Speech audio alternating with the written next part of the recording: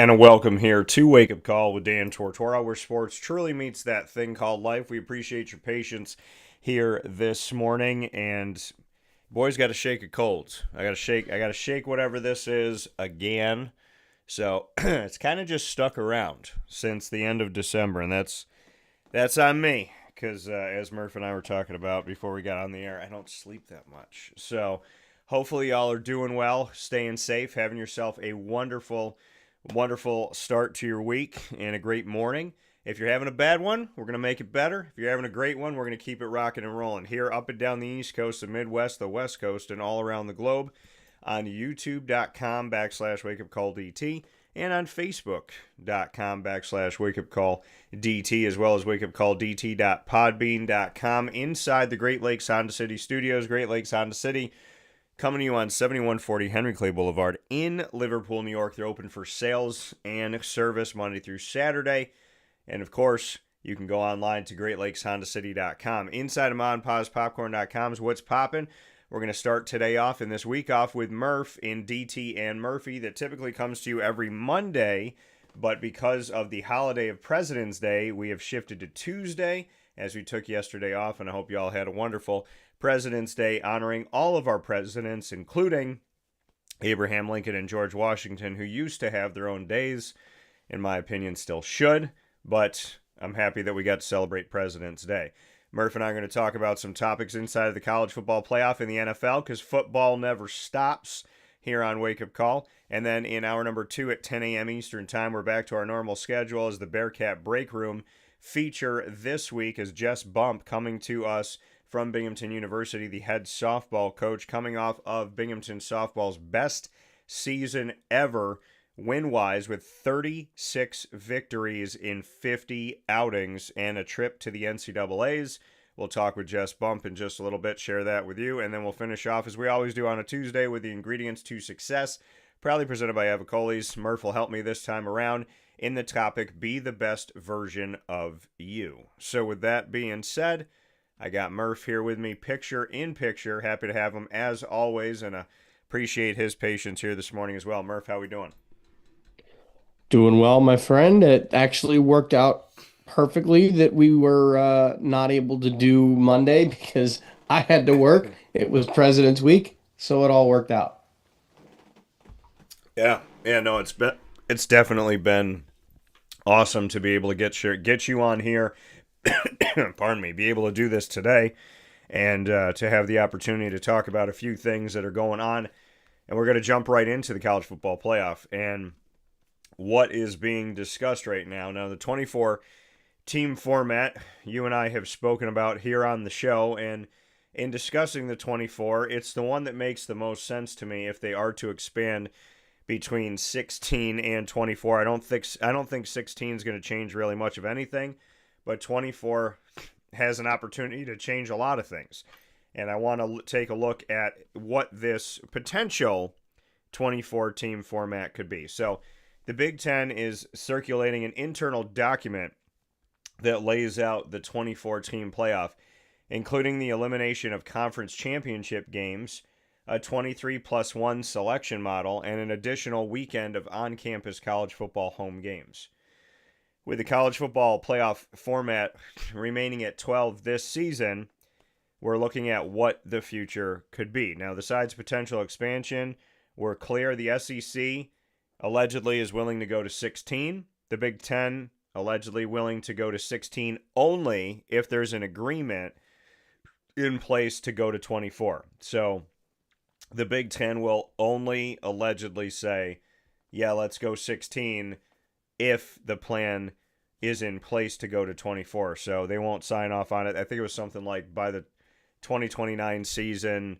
And I keep saying allegedly because, again, we're not in these rooms and some of the stuff hearsay. So allegedly 16's on the table only if the Big Ten could get to 24 by 2029 or something like that. And that's all alleged at this point. So the Big Ten internal document details what the conference has termed a, quote, 24-team college football format compromise, end quote. Now, while the document presents nothing formal or official in terms of the future of the CFP, it does begin to unpack what 24 would look like. The idea has increased in conversation among coaches and athletic directors in the Power Four leagues, which are the autonomy group, the Big Ten, the Big 12, the ACC, and the SEC. Now, the internal document begins by offering a potential timeline desired by the Big Ten, which wants the format to grow to a 16-team playoff in 2027 and 2028. The document indicates a move to 24, quote, no later than the 2029 season, end quote, which would then run through the end of the current college football playoff contract, which goes through 2031. From there would be a new television contract and further flexibility to change. In the proposed 16-team format, there would be 5 automatic qualifiers and 11 at-large, an idea that's been wildly discussed, which would move the current format from 5 automatic qualifiers and 7 at-large.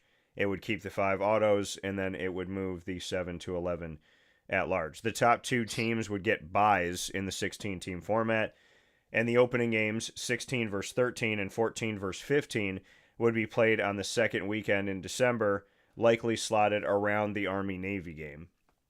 There would be 6 second-round games on campus and 4 quarterfinals at traditional bowl locations on New Year's Eve and New Year's Day, which keeps that the same. They would be followed by the semifinal games at the bowl sites, which keeps that the same, and the national title game, which would be played around mid-January, which keeps that the same. The 24-team format would consist of the 23 best teams and 1 spot for the group of 6. There would be no automatic qualifiers in the 24-team format in this model, which had been a point of emphasis for the Big Ten and college football playoff discussions last year, alleged. If the field grows to 24, then alleged sources have indicated that automatic qualifiers would matter less to the Big Ten.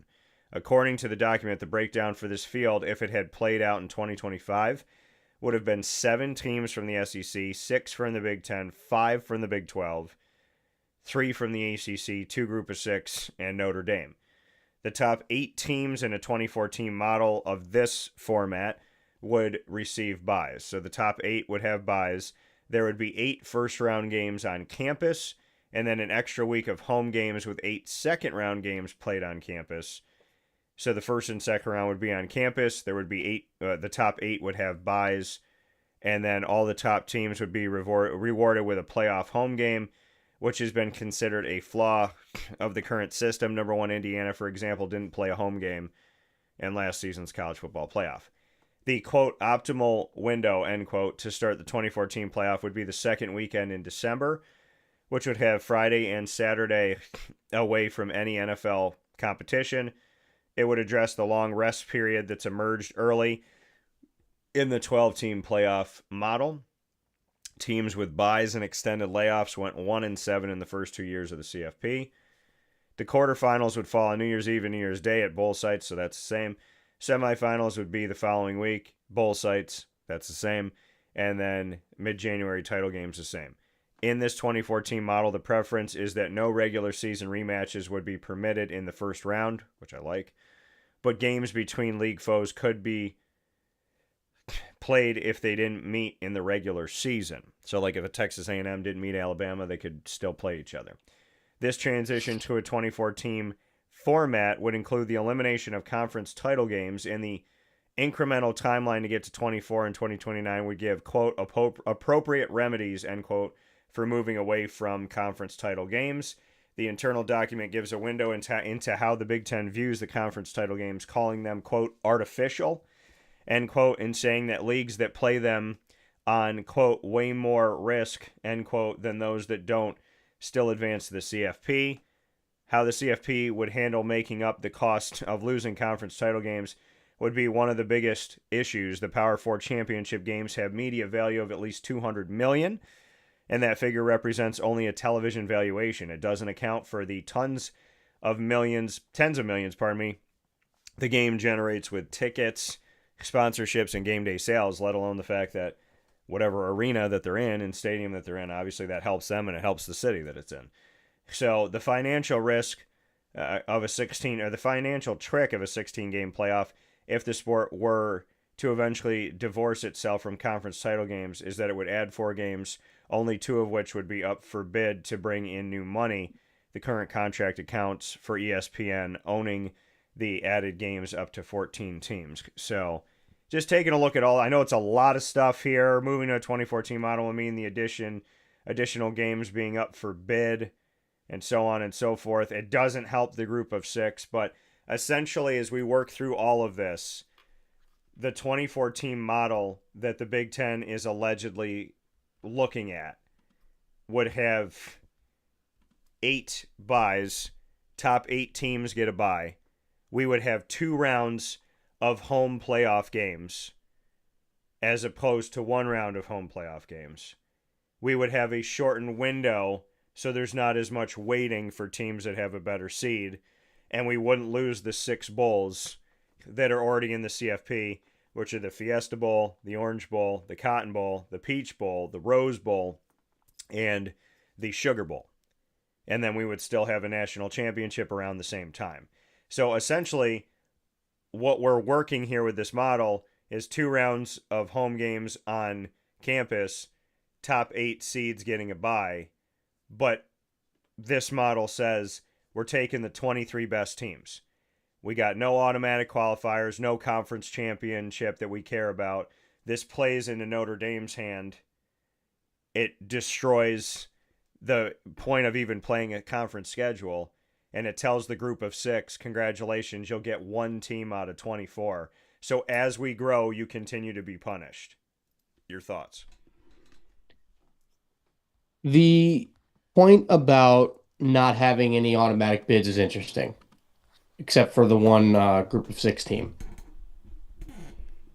It is,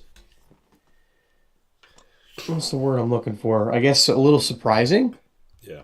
You would think that, the Big 12 and the ACC would want at least a guarantee of a team getting in. Now, they would get teams in. There's no question about that. But I also don't hate the idea of just picking the 23 best teams plus the group of 6. Because you could have multiple group of 6 teams that are ranked in the top 23. Yeah. That's not impossible. We've seen it plenty of times. So it could still easily happen. But it'll truly be based off of rankings, and it's going to be harder to, keep teams out that, a James Madison would have been in it. They would have gotten blown out, but they would have been in it. Those are the types of schools that you'll still see, right? Like, even though the group of 5 or group of 6 now is only going to be guaranteed 1 spot, it doesn't mean they won't get more spots, because they will. That's the way it would work because of the top, you're basically taking the top 25, eliminating team number 25, and possibly team number 24, depending on where the group of 6 team is ranked. Yeah. And you're done. The thing I don't like is the not playing rematches. The seeding needs to fall where it may. If that means 2 teams are playing a rematch, then 2 teams play a rematch. It is what it is. I don't like that part of it. That's probably my biggest gripe about it, because if you have a, 13 seeded, BYU that just so happened to play, and I'm not sure, I guess that would be a 18 seed. They would no. Maybe 18 or 19? No, wait. Maybe 18 seed. I don't know off the top of my head what it would be. Whatever the seed would be. And they just happened to play, Texas A&M in non-conference play. Yeah. And beat them. Who says they can't play each other again? Now, if you want to kind of adjust the rankings in a way to make it so that doesn't happen, all right, I get that. But don't be blatantly coming out and saying that you're going to do that.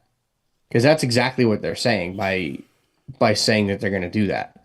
So that part of it, I can't stand that. I think it's a stupid idea.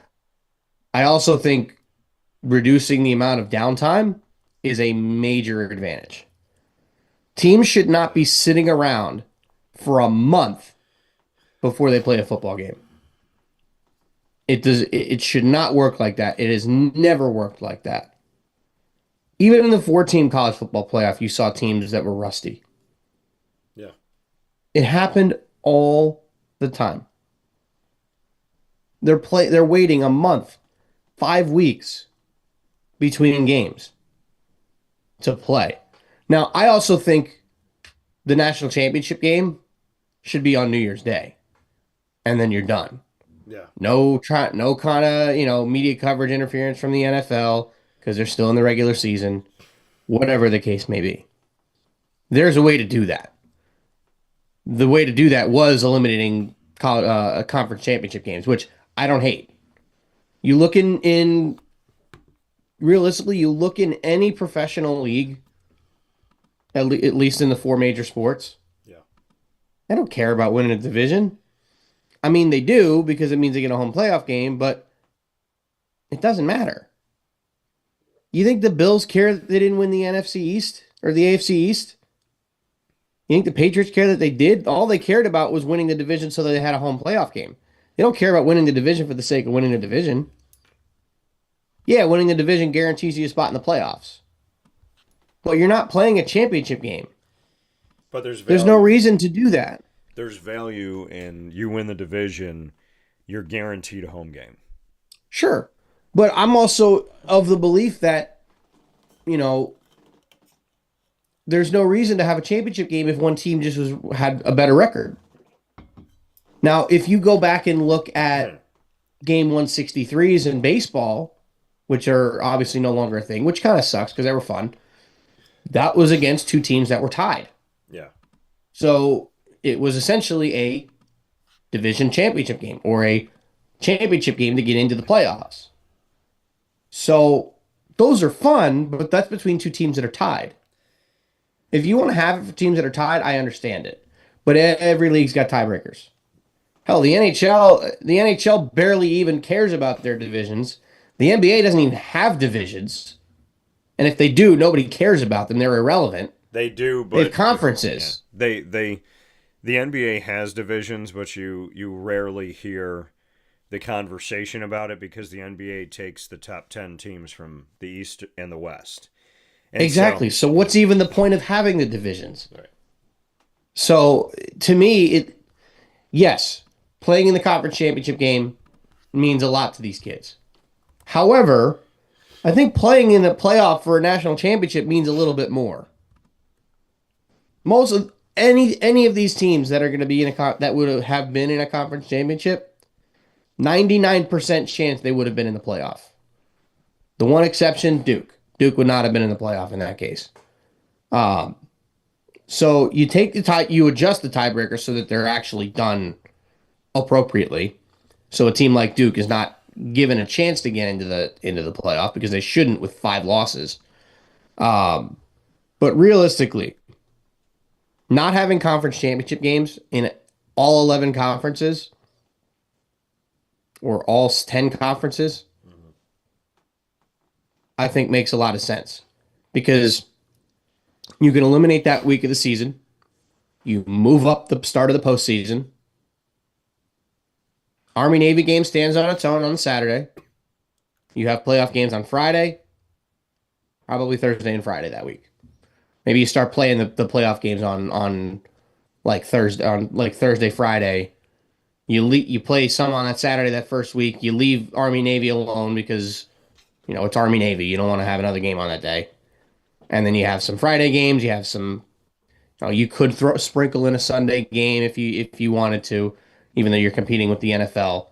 Yeah. But I think that way you can literally be done, and you have the national championship game on New Year's Day. Because let's be honest, the New Year's Six is not the New Year's Six anymore. It's not the way it used to be. All 6 games on New Year's Day.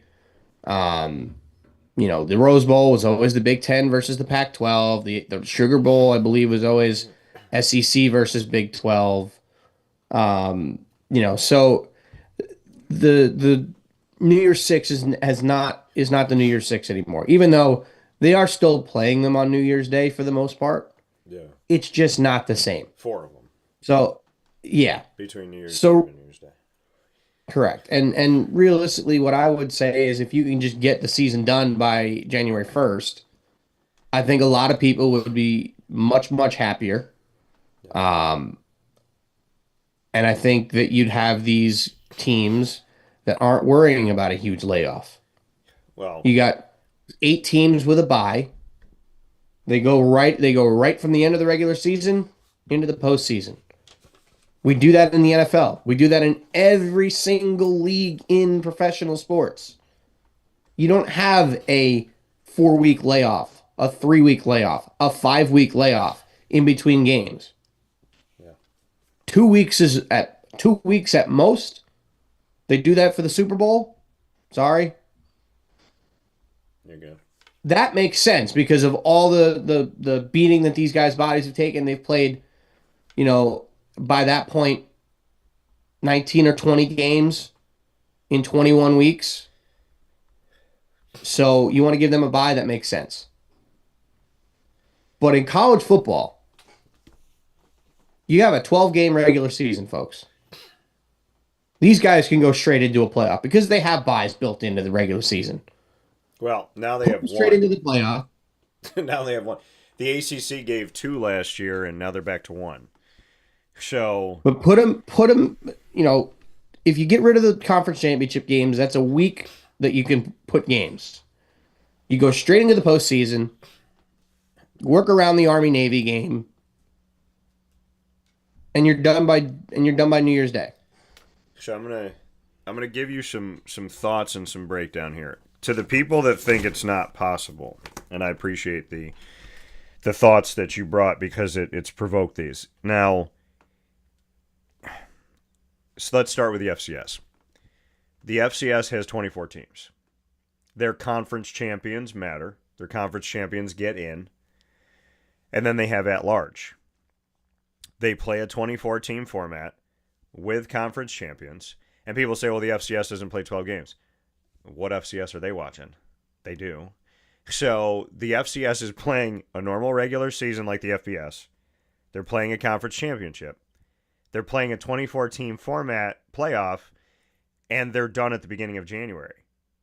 So with the conference championships and a full season, their schedule is done. They were done on January 5th this year. So to the people that are saying, oh, what about class? What about this? What about that? I question how many are going to class. That's one. But two, I would say, why are we trying to figure out a format that already worked? All the college football playoff has to do is look at the FCS and go, oh, they have 24. Oh, they have conference championships. And they're done 2 weeks before us. And also, folks, keep in mind, classes are done by December 15th. Right, and the thing is, you're off December 15th to January 5th, somewhere around middle of December to middle of January. But let's just be real that model's already done. That's point one. Point one is you don't have to get rid of conference championships. You don't have to ruin your model. You don't have to change your season. The FCS already does it, and they're done at the beginning of January. So that's that. And it stays away from the NFL for the most part outside of, that first week. Second point is in my opinion, without conference championships, there's no reason to have conference games. Because I'm telling you what's going to happen, and it's playing into my prediction from 4 or 5 years ago. The SEC and the Big Ten are looking to own the lion's share of whatever college football is going to do in FBS. Because they stand in a place where they can leave and do their own thing.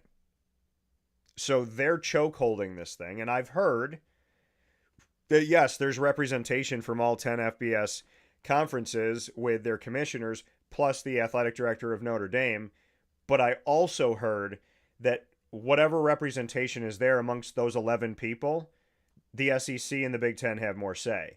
So you're sitting at a table with 11 people, but 9 people can say whatever they want to say, and it comes down to those 2. What do we keep hearing? The SEC wants 16, the Big Ten wants 24. Have we heard what the ACC wanted? No. Have we heard what the Big 12 wanted? No. Have we heard what the MAC wanted? No. Have we heard what Notre Dame wanted? I mean, their athletic director is very open about stuff, but mostly everything we're hearing is SEC and Big Ten. So there's already this, I think it suits them. I think it suits the SEC and the Big Ten to destroy conference championships because they know they're always going to have the most teams in because they have the bias. They have the chokehold right now. They're opportunistic. And in being opportunistic, like Clemson and Florida State allegedly wanted to leave the ACC and were pushing this and pushing that and going to court at a time where it was opportunistic.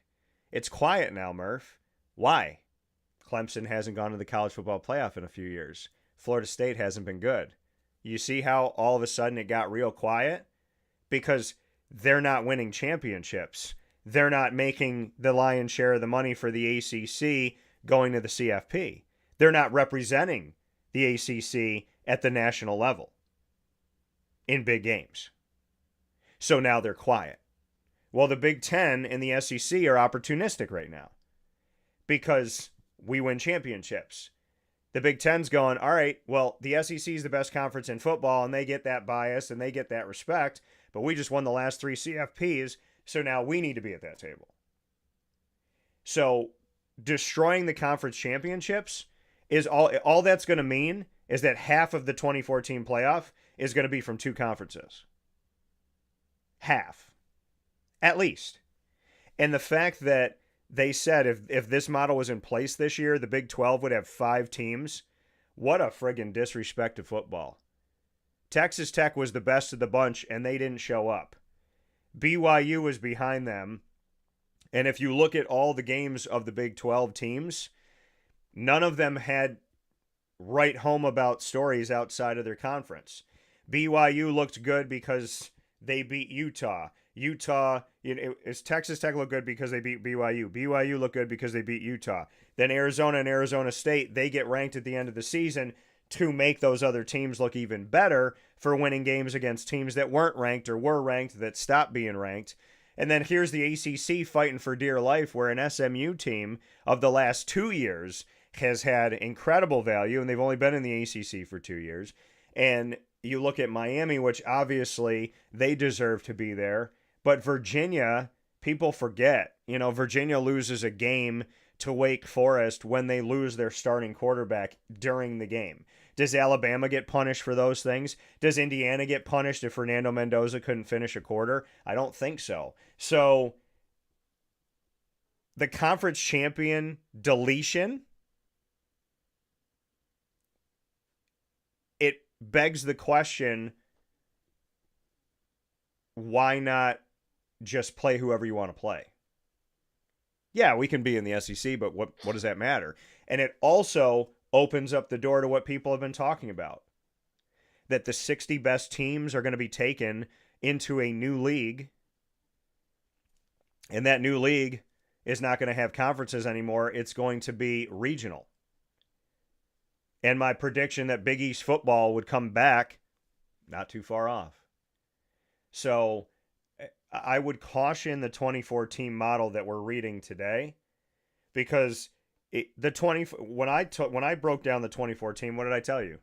I said this is the only model that saves the FBS, because it gives you 10 conference champions and it gives you 14 at large. It doubles your at large, plus it respects each conference. Because listen, the MAC, let's say Kent State wins the MAC, they can be the 24th team.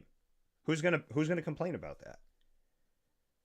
JMU could have been the 23rd team out of the Sun Belt. And this is how it would break down. If the top 8 have byes, 24 would play 9, 23 would play 10, 22 would play 11, 21 would play 12, 20 would play 13, 19 would play 14, 18 would play 15, 17 would play 16.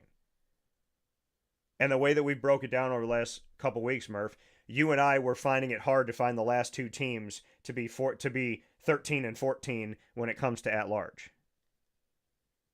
This model that the Big Ten has allegedly created is going to service the Big Ten, service the SEC, service the autonomy group, and it is going to destroy the other 6 conferences' chances at anything. This is the death of the FBS. There will be no 10 conferences. So that's point number 2. Why even play conference games? Why not just play regionally? Why not just, have fun matchups, right? Just every season, just say, hey, we're not going to, like if I'm Texas A&M, I'm not going to play Alabama. I'll go play Kansas. Because if it doesn't matter that I win a championship, then why am I doing this? Because then essentially, if we go away from conference champions, we're looking at each conference and we're saying, okay, who are the top 8 teams standing wise in each conference? And then they're going to go, okay, so we're going to take the top 8 of the SEC. We're going to take the top 8 of the Big Ten. Now we got 8 spots left. They're not going to do that. They will. No, they won't. Based on the model that they have right now, they said we would have taken 7 from the SEC. We would have taken, what, that 5? Was the top 24. But that's what I'm saying. If you look at the top teams in each conference, you think the SEC's top 8 aren't going to have 6 ranked? You think in the Big Ten, the top 8 aren't going to have 7 ranked? So I'm not saying they won't. Rankings are subjective. So here, that's the problem. Essentially, you would have 4 conferences to choose 23 teams from. Now, if you have a couple of group of 6 teams that stand out, that deserve to be there, they will be there. Because I guarantee you, they will leave out a 3-loss Iowa who has lost to 2 bad teams and put in an undefeated, let's just say you get 2 undefeated group of 6 teams. You get Boise State and I don't know. Tulane. JMU again. Yeah. Tulane. Whoever. Yeah. Whoever. You get 2 undefeateds. I guarantee you they will put those 2 undefeated teams in over that 3-loss Iowa team who had a bad loss to Rutgers and another bad loss to Minnesota. But that argument has no history in it because they let Notre Dame in with a loss to Northern Illinois. But the difference is that was their only loss, and it was 12 teams. They were, don't get me wrong, I was not a fan of them getting in, but they proved that they deserved to be there when they went on to, be the national runner-up. Yeah. So but here's the thing. They tripped once. In this case, Iowa trips twice and trips again in another game. But we've seen undefeated Coastal Carolina, Boise State, UCF, Cincinnati in a 4-team playoff. I just don't. In a 4-team playoff where there are multiple undefeated teams, I think there's a big difference between putting one of those teams in over a 1-loss SEC runner-up Georgia team than a 3-loss 7 seed in the Big Ten Iowa team that has 2 bad losses. I think when they say 23+1 model, they're telling you right there, Murph, we're letting 1 team in from the. I don't believe that they're actually going to do that, though. That's my thing.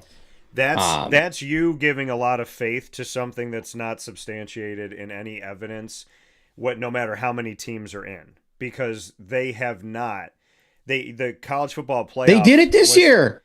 They did it this year based on the fact that they have a 5 automatic bid of the 5 highest ranked conference champions, and JMU and Tulane and North Texas were all ranked and Duke wasn't, so they were at the mercy of their own rule. But now that rule's already gone. But they could have very easily ranked Duke. That rule's already gone now.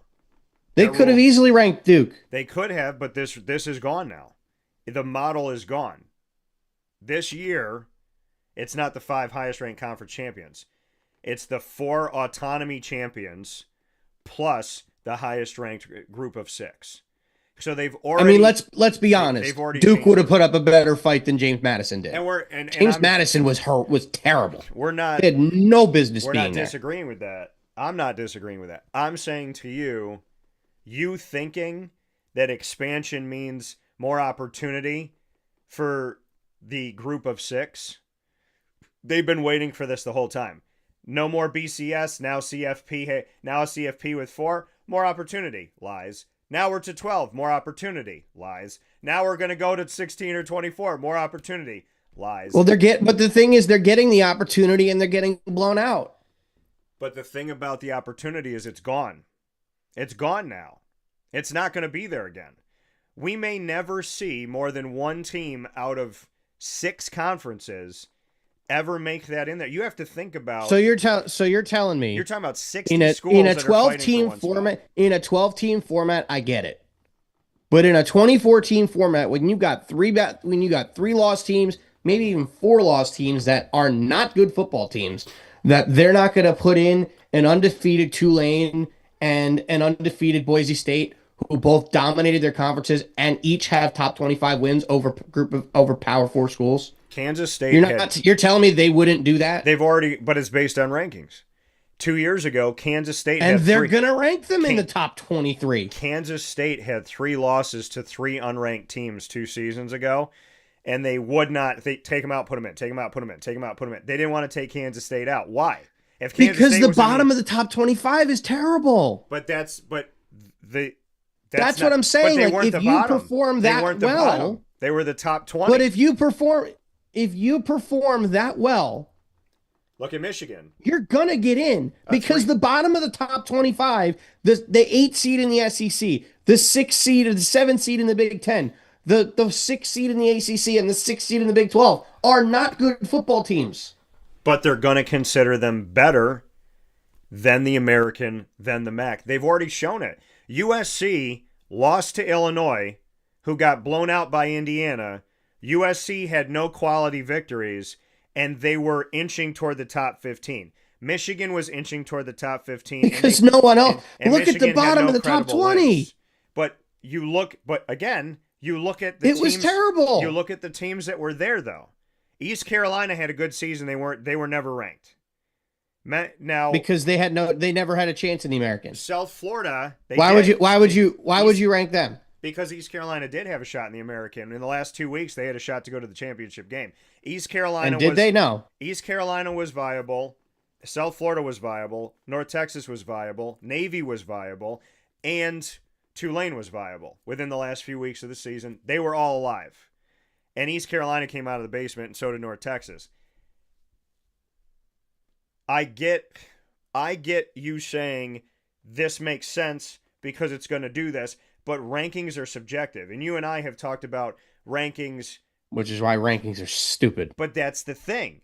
This model destroys the fiber of playing the game, of who you are on the field.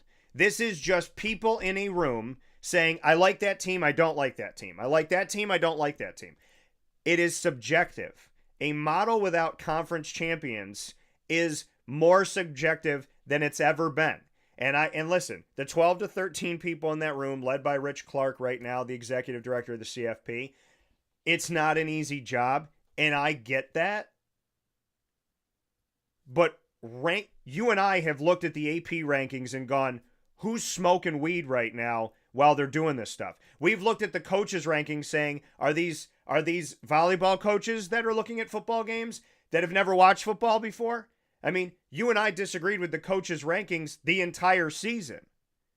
So what I'm saying is, to build a model based simply on ranking means that we are telling college football, whatever you do the whole season, you hope that we look at how many losses you have. You hope that we look at who you beat and by how much and yada, yada, yada. But the reality of it all, Murph, is rankings start the season, rankings end the season.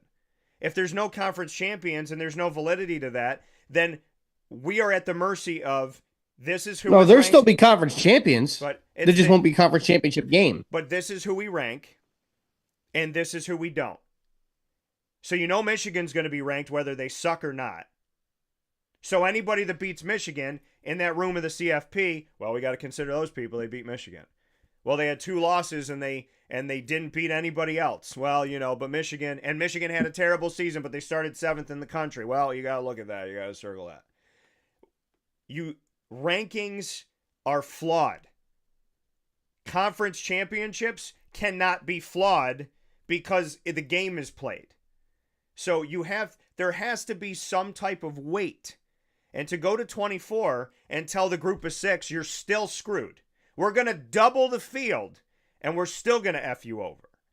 Like, if this model, if this happens, and thank goodness the SEC has allegedly said no to this right now, but if this model were to go through, if I'm the MAC, Conference USA, the American, the Sun Belts, the Mountain West, and the Pac-12, or the Pac whatever it's going to be, I'm telling you right now, if this was the model, 23 plus 1, I see the writing on the wall. I see out of the 24 spots, we're going to get 1, maybe 2. And I'm telling the group of 6, let's get a commissioner, let's form our own thing, and let's get out of this nonsense. Because we're at the table, but we're not at the table. We're at the table, but nobody's listening. This model cannot survive the FBS. The FBS will not survive this model. The model I created with 24, 10 conference champions, and 14 at-large, that survives because it takes almost the entire top 25. You and I broke it down. When you take the 10 conference champions plus 14, we were taking the top 20. We were working the. It was like the top 18 plus the rest of the conference champions. It was the top 18 to 21 teams were all given their spot. And by the time we got to the bottom, I'm like, we don't need any of these. We could have stopped at 20 or 22. So in order to preserve college football at the Division 1A FBS level, there has to be a conference champion plus at-large model. If they go to this, I'm telling you this right now, and you can disagree with me to the high heavens based on what you hope. I'm telling you what's going to happen. Everything that I predicted from 2020 to now that I did not want to see, it's all in front of us. And the conversations I've had with people inside of these rooms, inside of these conferences, the commissioners, the people that work in league offices, people that work for bowl games, the conversation I've had with the people that are in the CFP are looking at me going, Dan, everything you're saying, it's happening. We've already heard it. It's on its way. It may be here. So I'm not speaking a language that isn't discussed behind those walls, that the SEC and the Big Ten are looking to essentially own the market, and that the ACC and the Big 12 should just be happy to be there. That's not going to be a sustainable thing. People at some point have to get sick of 2 conferences running 10 conferences. But the problem is they win every year. But the Big Ten's won the last 3. The SEC, I believe, won the last 3 before that. And they've always... When's the last time, outside of Clemson, when's the last time we had a non-SEC Big Ten team win a national championship? It's been a while. Right. But I will say to you in this, when you have more balls in the lottery, you got a better chance of pulling one. So but what did the Big 12? But what did the Big 12 do every year in the playoff? They got blown out. What did the ACC do in the playoff every year that Clemson wasn't there? They got blown out because the SEC and the Big Ten, the top of their conferences, are far superior to everyone else. And we're not arguing. Now this year, Miami kind of bucked that trend. Yeah, they did, and Indiana to an extent did too because they were in the basement for a long, long time.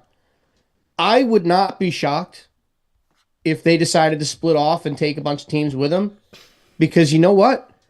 Then you don't have to worry about rankings. You got 50 or 60 schools that are going to play in there. Yeah. You want 24 teams? You go by record. Doesn't matter what you're ranked. You go by record. That's the way it works in professional sports. And with NIL, college football is becoming more and more like professional sports. So let it happen. Play by record. Sure, that basically takes the group of 6 and completely eliminates them from any kind of contention. But who's to say they can't be like the FCS? You can have the FCS, and then the group of 6 all work together with each other. And, you can have them together, you can have them separate. However you want to do it. It's no different than having Division I, Division II, Division III, NAIA, junior college. They're all national champions. Right?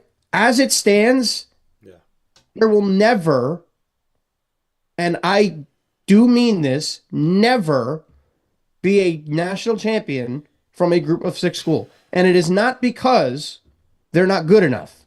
I'm sorry. It is not because they're not allowed to be there. It is because they are not good enough. The last 2 years of the college football playoff, we have seen the group of 6 teams that have gotten in get destroyed. Yeah. Boise State is supposed to be this outlier of a, group of 6 school, and they got destroyed by Penn State. But who we can both agree was not a great team last year. You could say that about Texas Tech. You can say that about Washington. You can say that about Clemson. Yes, you can, which is the reason why I would be in favor. State. Which is the reason why I'd be in favor of doing that and going and having them go on their own. Years ago, I wouldn't have agreed with that one bit. Now, with NIL, everybody's going to the bigger schools.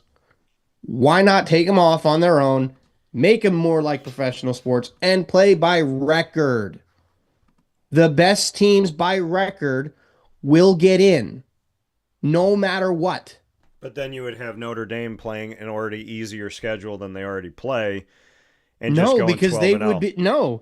Because Notre Dame would be part of this, as would Clemson, as would Florida State. You're taking 60 teams, right? You got regionally. Because if they get you're going to schedule it like a professional schedule. If you schedule, you have divisions. You play each team in your division twice. So Notre Dame would be playing. They'd say, okay, we'll play Syracuse, Maryland, maybe Penn State, Boston College. They're probably not. They may not come.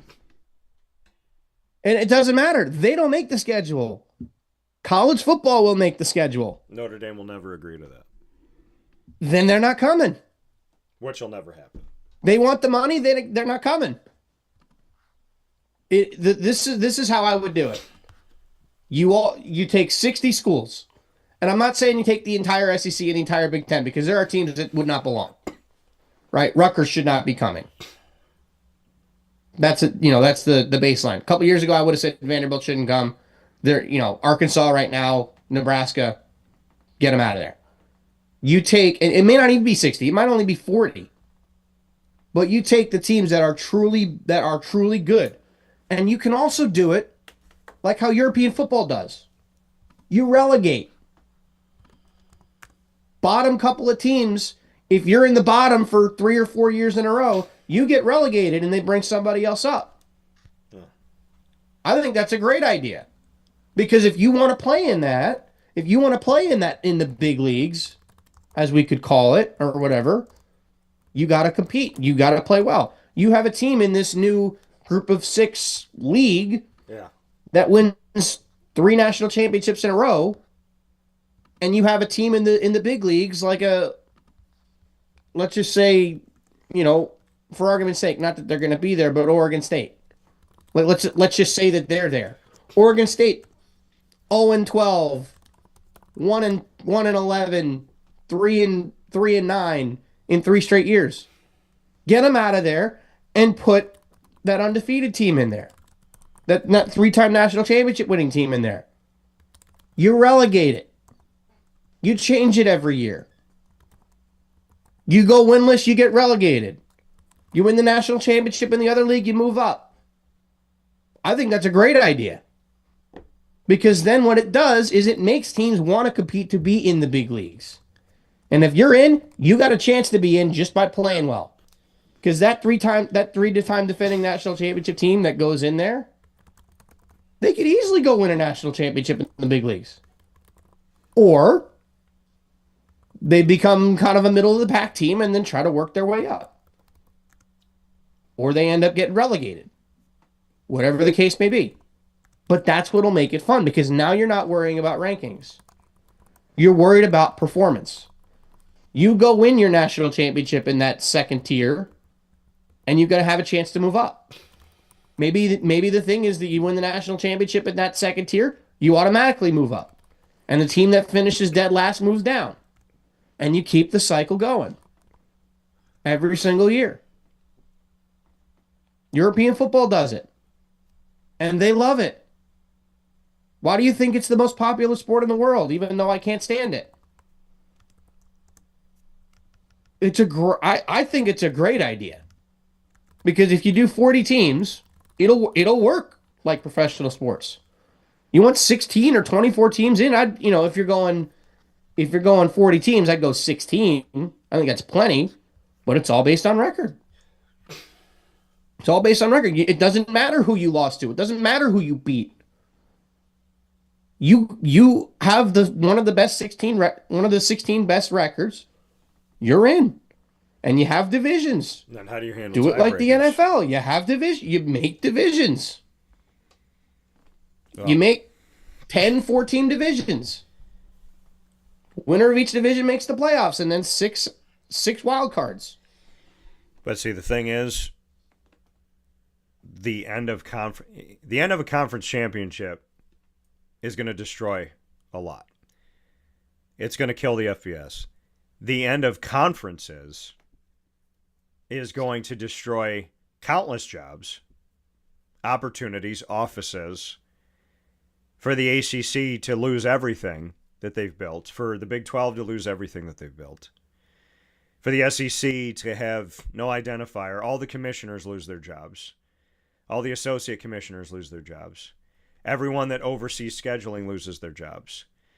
I mean, this system would murder everything that's been built.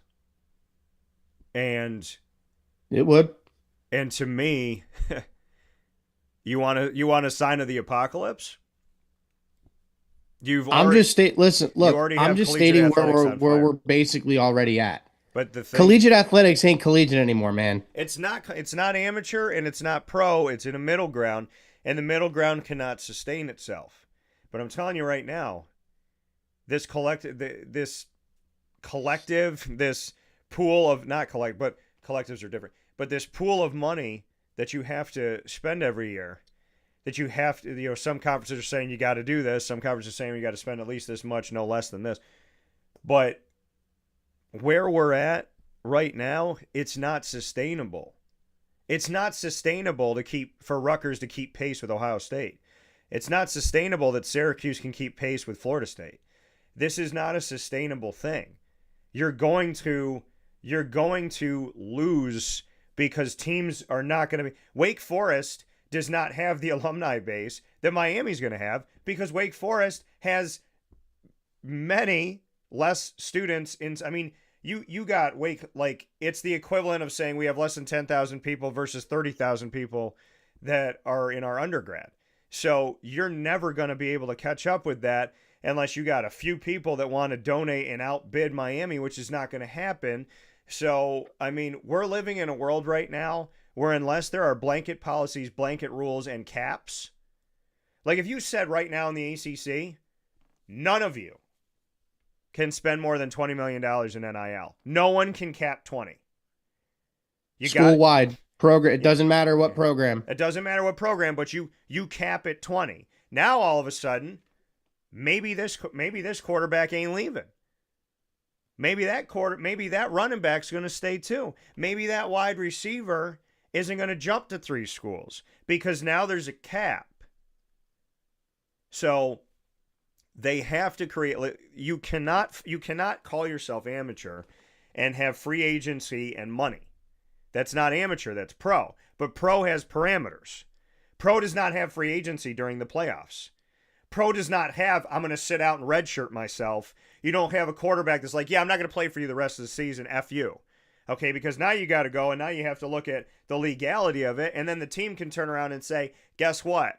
If Trevor Lawrence sat down and said, I got 3 more years on my contract and I'm not going to play because I hate this team. Well, if I'm the Jacksonville Jaguars, I'm like, well, I have the right to make you sit there and waste 3 years of your life because you're a child. And now I can pay you, but you're going to be sitting. Or I can move you and I'm not going to pay you a dime, but I'm most certainly not going to be put in a situation where you're going to tell me, yeah, I'm going somewhere. Trevor Lawrence can't tell the Jaguars that he's going to another team 5 games into the season. He can't do that. I mean, he could try, but it ain't going to work. Because you have an NFL model working. James Harden did it. But you have an NFL model working in an amateur system. It doesn't work. It cannot work. It cannot sustain itself.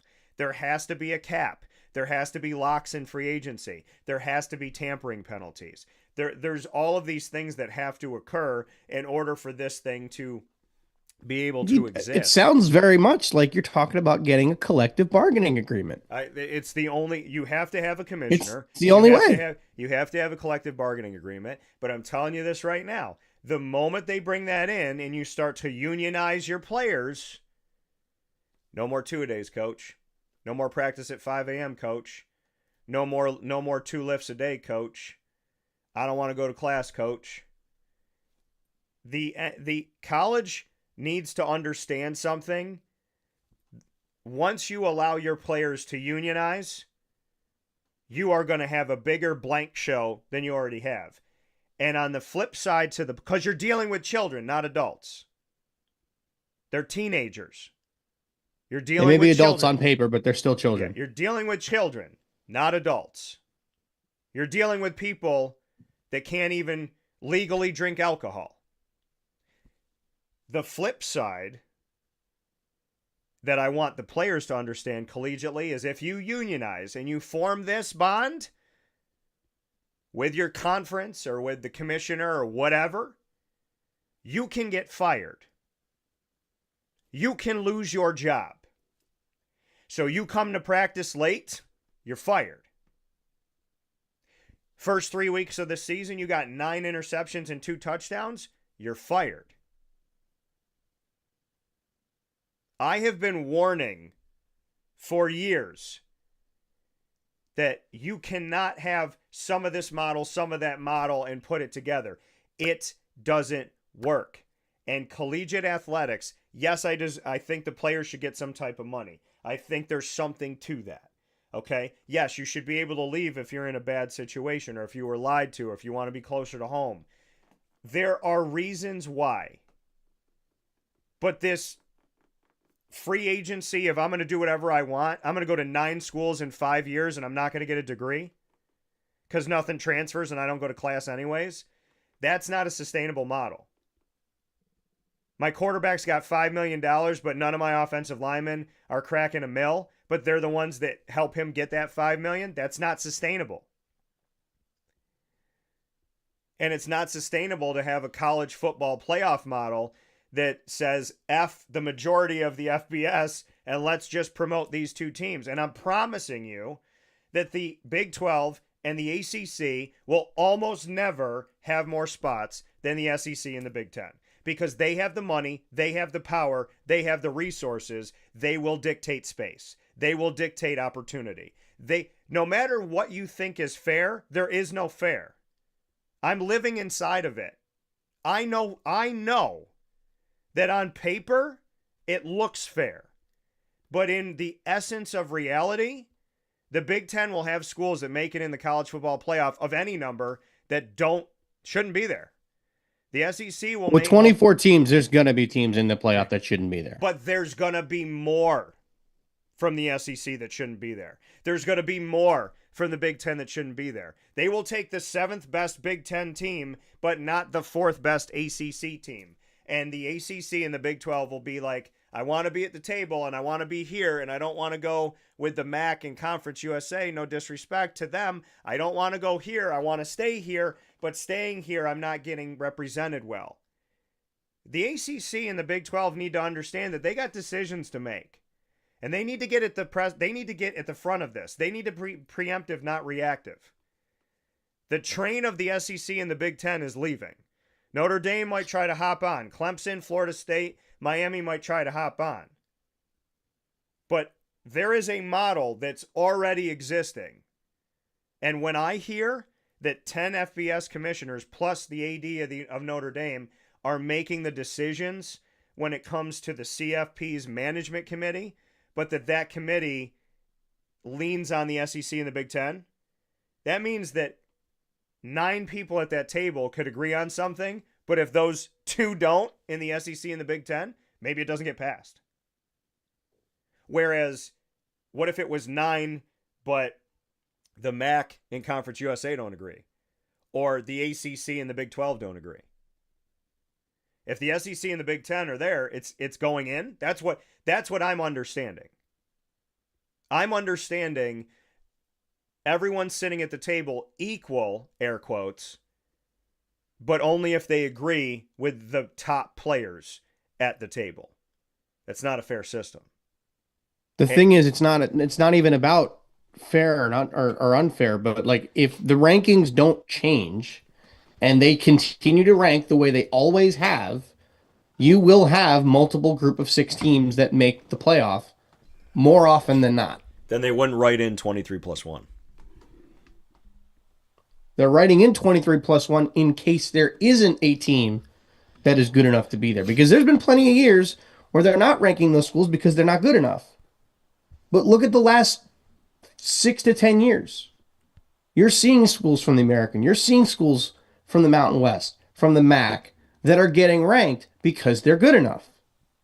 And if they continue to rank the way they always have, and I think that would be a major stipulation, you cannot change the way you rank. If they rank the way they always have, you would have had, I think, 4 group of 6 schools in that playoff. They have 2. They said if it were in place this year, it would be 7 SEC, 6 Big Ten, 5 Big 12, which is insane. Hang on. 3 ACC, 2 Group of 6, and Notre Dame, according to the document, the breakdown for the field, if it was played in 2025. And this is according to this Big Ten document. That's how the breakdown would go. Yeah, because North Texas was 25. Yeah. And that's not representation. It's not. So we do have to take a step aside. That's 2 out of 6.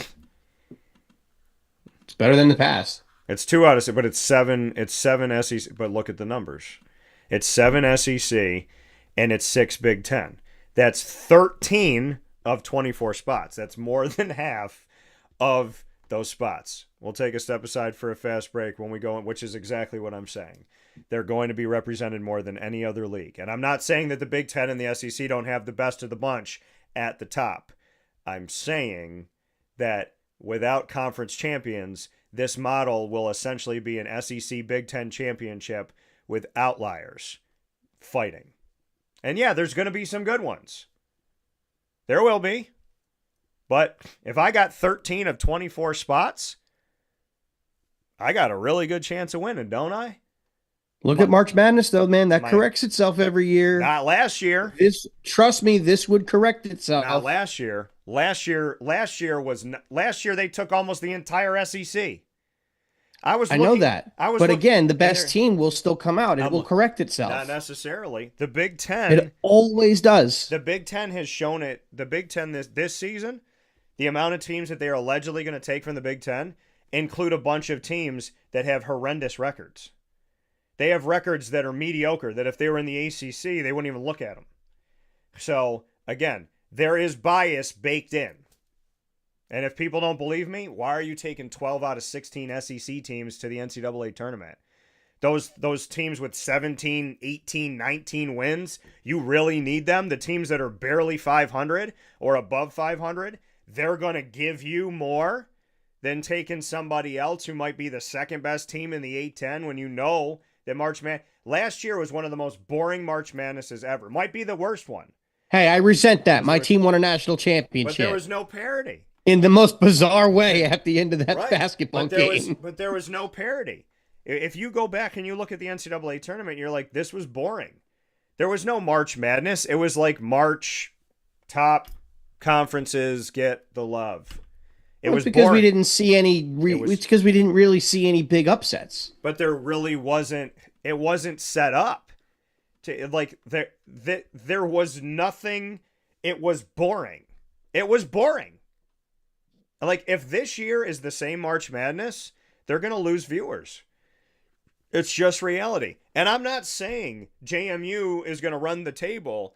I'm looking at this and I'm saying to myself, without conference champions, the FBS is dead.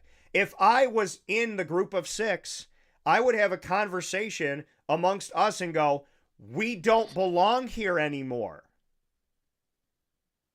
65 of us are going to fight for 2 spots when the other 60 are going to get 23 of those spots.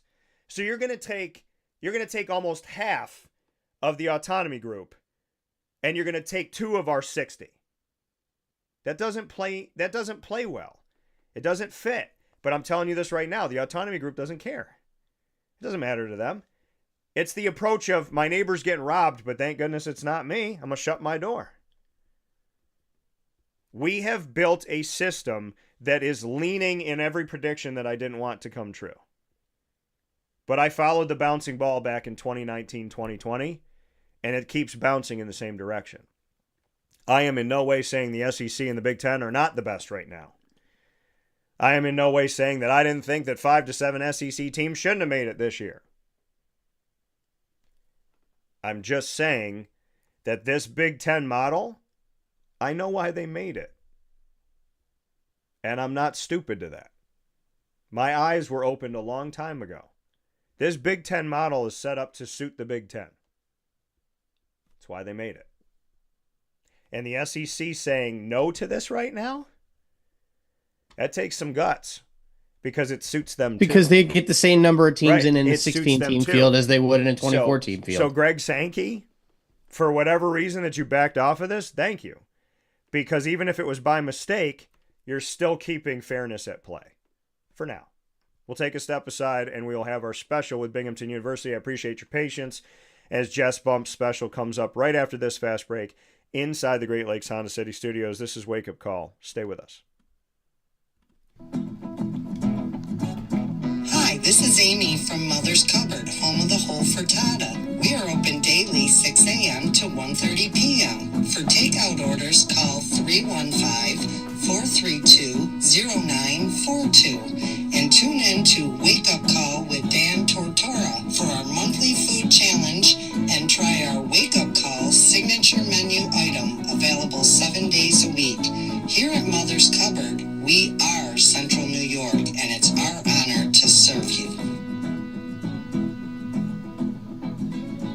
Ma and Pa's Kettle Corn and Popcorn Factory remind us that every day is worth celebrating at 201 7th North Street in Liverpool, New York. Open Monday through Saturday in-store and always online at maandpaspopcorn.com. Serving our Central New York community and beyond, order anywhere, anytime at maandpaspopcorn.com. Stop in to get a tin at Ma and Pa's on 201 7th North Street in Liverpool, New York to get your half-price refills for the rest of your life. Come to Ma and Pa's for your holiday gift giving for family, friends, employees, and clients. And remember, for fundraising and events, to call 315-450-6272. That's 315-450-6272. Ma and Pa's Kettle Corn and Popcorn Factory. How corny are you? This is Jimmer Sikowski, owner-operator of Chick-fil-A Cicero, 7916 Brewerton Road in Cicero, right in front of the Home Depot. I had a deep feeling that God wanted me to do something bigger with my life and to help people, help others. I kept putting Chick-fil-A in my life, and I realized as I was going through the franchise selection process that positively impacting the lives of others was really core to what we do here at Chick-fil-A. First of all, it starts with the food. The food is brought in fresh daily, and we bring in local produce. We prepare to order in the kitchen. We hand bread our chicken. We hand spin our milkshakes. It's great food. It doesn't taste like fast food. I think the second thing is the way people feel when they come in a Chick-fil-A restaurant. It's different. We try to treat people with intentional kindness here, which is very different and deeper than good customer service. And so I think it feels remarkable for most people to come in a Chick-fil-A restaurant. And then lastly, the impact that we try to have in the community is very different. It's a big part of the expectation of every operator of a Chick-fil-A restaurant is that they're actively engaged in their community, they're a leader in the community, and they're making a difference. When they realize that what we're striving to do is to shine a little light in their life. That's a very, very different experience than you will have at any other quick service restaurant. And it's that remarkable experience that I think people will emotionally connect with.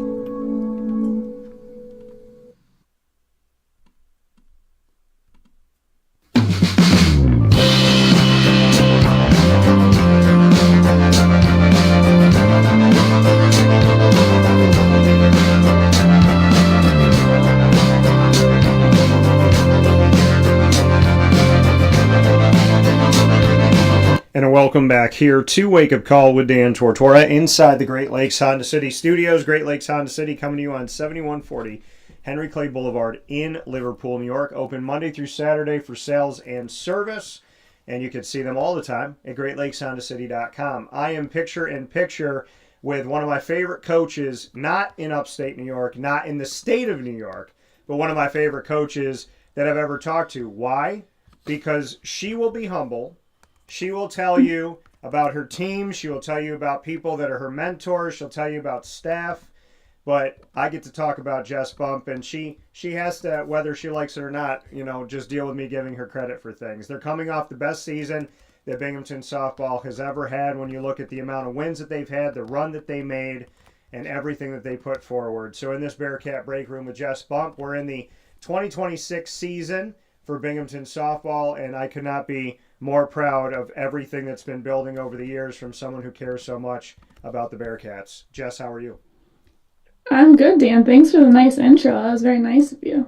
Well, I mean, you should have it. Listen, you and your student athletes and the staff, you're the reason why. I mean, listen, I've covered softball for many years at the high school and collegiate level, but not just last season. In general, your passion and the conversations that we've had and with your student athletes, it's the people that make everything up, right? The people that truly make something special. And all I can say is I don't think I've ever been more excited for Binghamton softball than I am going into this season. So credit to you and credit to your staff and to those that you've recruited onto this team. And that's where I want to start. What you can say about the family that we have with this Bearcat softball squad. Yeah, I mean, I think when I've talked to you before, it's been a long time of building. I've been a part of Binghamton softball since 2010 in whatever capacity that may be, between a player, an alumni, an assistant coach, and now the head coach. So, this is a lot of years of building, and I think last year was kind of like the pinnacle and where I wanted to get this program. And heading into this season, I think we're in a great spot. We've played 2 weekends so far, and we've had some tough games. But I think we knew that this season was going to be tough, just the way that we put the schedule together. So for those of you that haven't really looked at our schedule, playing a lot of Power 4 conference teams early on in the season, and some other mid-major teams that are either on the mid-major top 25 or made it to the NCAA tournament last year. So we've definitely been tested early, and I think we've seen glimpses of some really good things.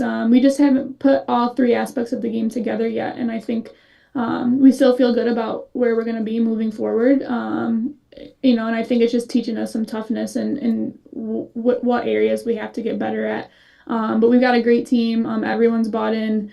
They understand why we're doing what we're doing, and I think once we kind of get back into the Northeast and get into a little groove, we're going to be in a good spot. Yeah, and to go back to last season for a moment before we build forward in 2026, 36-14 on the season. We see, like I said, the most wins ever in a season for Binghamton softball. You said it was a lot of building to get to that point. You got to go to Eugene, Oregon to be in the NCAAs. I mean, I talk about that kind of tip of the iceberg thing, right? So people see what last season was, but they don't see everything under the water. What was all that under the water stuff that helped you get to that point last season that you think can also help you carry forward success into this season? I think a lot of it was just, the 2 years prior, we felt like we were in a good spot to go into the conference tournament and compete, and we just didn't necessarily play our best softball when it mattered at the end of the year. So our returners had a bad taste in their mouth. And I think they knew the places that we kind of fell short and what we needed to work on. So, our leadership last year with the 3 of our girls that graduated was outstanding, and they really kind of led the team and put everyone under their wings and was like, this is our goal and this is what we're going to do. And there's really no other option. So I think moving forward, the tough piece is you're never going to experience the same thing again. So you're never going to have the same team twice. We won last year, so now we're kind of in uncharted waters as far as like we don't know what it's like the year after you win, because this is kind of the first time that all of us have experienced it. So I think it's just a rewind of last season, because we knew we had a great team. Our goal was to win. We weren't going to accept anything else. So now this year is like we've won. We want to go back to back. What's this team's identity going to be? What's going to make us better than last year? So I think those are all just little things that we have to figure out as the season goes on. But it's just uncharted territory right now. And we're obviously playing with some expectations. We started the year in the mid-major top 25. I think if we made a few plays, had a few more timely hits the last 2 weeks, we would have won some more games. But, that's in the past. We can't really go back. So, going into this next week and a half of practice, we kind of know what we have to work on and what parts of the game we have to excel at a little bit more in order to win those games later. So I think the biggest thing for this team is just figuring out like what makes us tick. When we have good games, like why are we having good games? When we have bad games, why are we having bad games? And those are just things that we're going to continue to learn throughout the next few weeks before we start conference play at the end of March. Yeah, and you talk about players moving forward, Sarah Rendy, Brianna Santos, as well as Lindsay Walter. I mean, those names, what type of legacy do they leave with this program, and just how you've seen the passing of the torch to the 2026 team? So the 3 of them were really special. I mean, Sarah was a part of Binghamton softball for 4 years. She was a freshman my first year. Lindsay was a 5th year. Brianna Santos was a 6th year. Last year was her 3rd year with Binghamton softball. So I think they were great leaders. They were great students. They were great teammates. And I think, what we talked about this fall was like, we need some leaders to step up, but we don't need you to be them. Like, you need to be your own leader, but let's take some little pieces of the 3 of them that made them good, and we need to sprinkle that kind of around everybody. So I think, it just goes back to what I said. We got to find our new identity without completely changing our culture and what worked last year.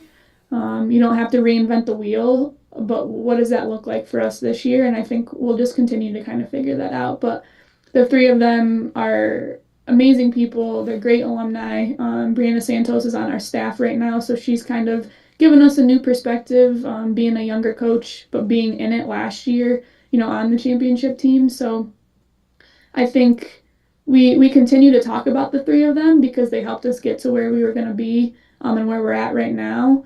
And how do we move forward from that? And the biggest thing we talk about is like you're never going to have the same feeling every year. Like last year was my first championship. Like I'm always going to cherish that, but I as a head coach have to move on from that feeling because we're not ever going to get that back again. And I think from the player perspective, they have to feel the same way and understand that this is a whole new group of 24 athletes that are moving the program in the right direction, but it might just look a little bit different. Yeah, and you spoke about Brianna now being on your staff. How important was that to bridge the gap, like you said, to have never gotten to that championship place, then you get to that championship place, and now, you have to move forward knowing like, okay, last season, it felt great, it was wonderful, it was great for the program, but now we have to build again. It's not like you start off the season at number 1. You have to earn your way back up. So having Brianna on staff, was there something in the back of your mind or in the forefront of your mind of saying this could be a great way of bridging? She knew how to get here, and now as we move forward and we want to sustain success and not just be a one-hit wonder, so to speak, how important was it to have Bree with you as you step forward? It's been important. I think we were lucky that she still had 1 more year left to complete her 2nd master's degree, so she was going to be here anyway. And I don't think she necessarily knows what she wants to do moving forward, so we were like, let's try out the coaching thing, see if this is something you want to do. But she's been great, kind of like what you said. She's been a good bridge. and she's great to kind of knock ideas off of, like, listen, you were in this spot last year. Like, what do you think they're feeling right now? What are they thinking? Just because she's so new out of the program. So, and always the first year out of college getting into coaching is always the hardest because you're still in that player mentality, Yeah. but you also have the coach mentality. So like her emotions about certain things might be a little bit different than ours are. There might be like some frustration because she's like, man, like I could be out there. I was just out there. But she's been great. She's a super hard worker. She's a great human being. And she's just been a great addition to our staff. Jess Bump here in this edition of the Bearcat Breakroom in our exclusive multimedia marketing partnership with Binghamton University here on Wake Up Call with Dan Tortora inside the Great Lakes Honda City Studios. You had a tournament down in South Carolina to start off this 2026 season. You started off by seeing a familiar opponent an hour north of you up here in Syracuse University, won 5-1. And I had no issue sharing that all over my social media to say, heck of a way to start the season, 5-1 victory. Then you played number 19 in the country, Virginia Tech, and that was a close game, 4-1. Played Syracuse again in a 1 point of separation there, 4-3. Played Virginia Tech again and saw that Virginia Tech game 11-3 in that sense.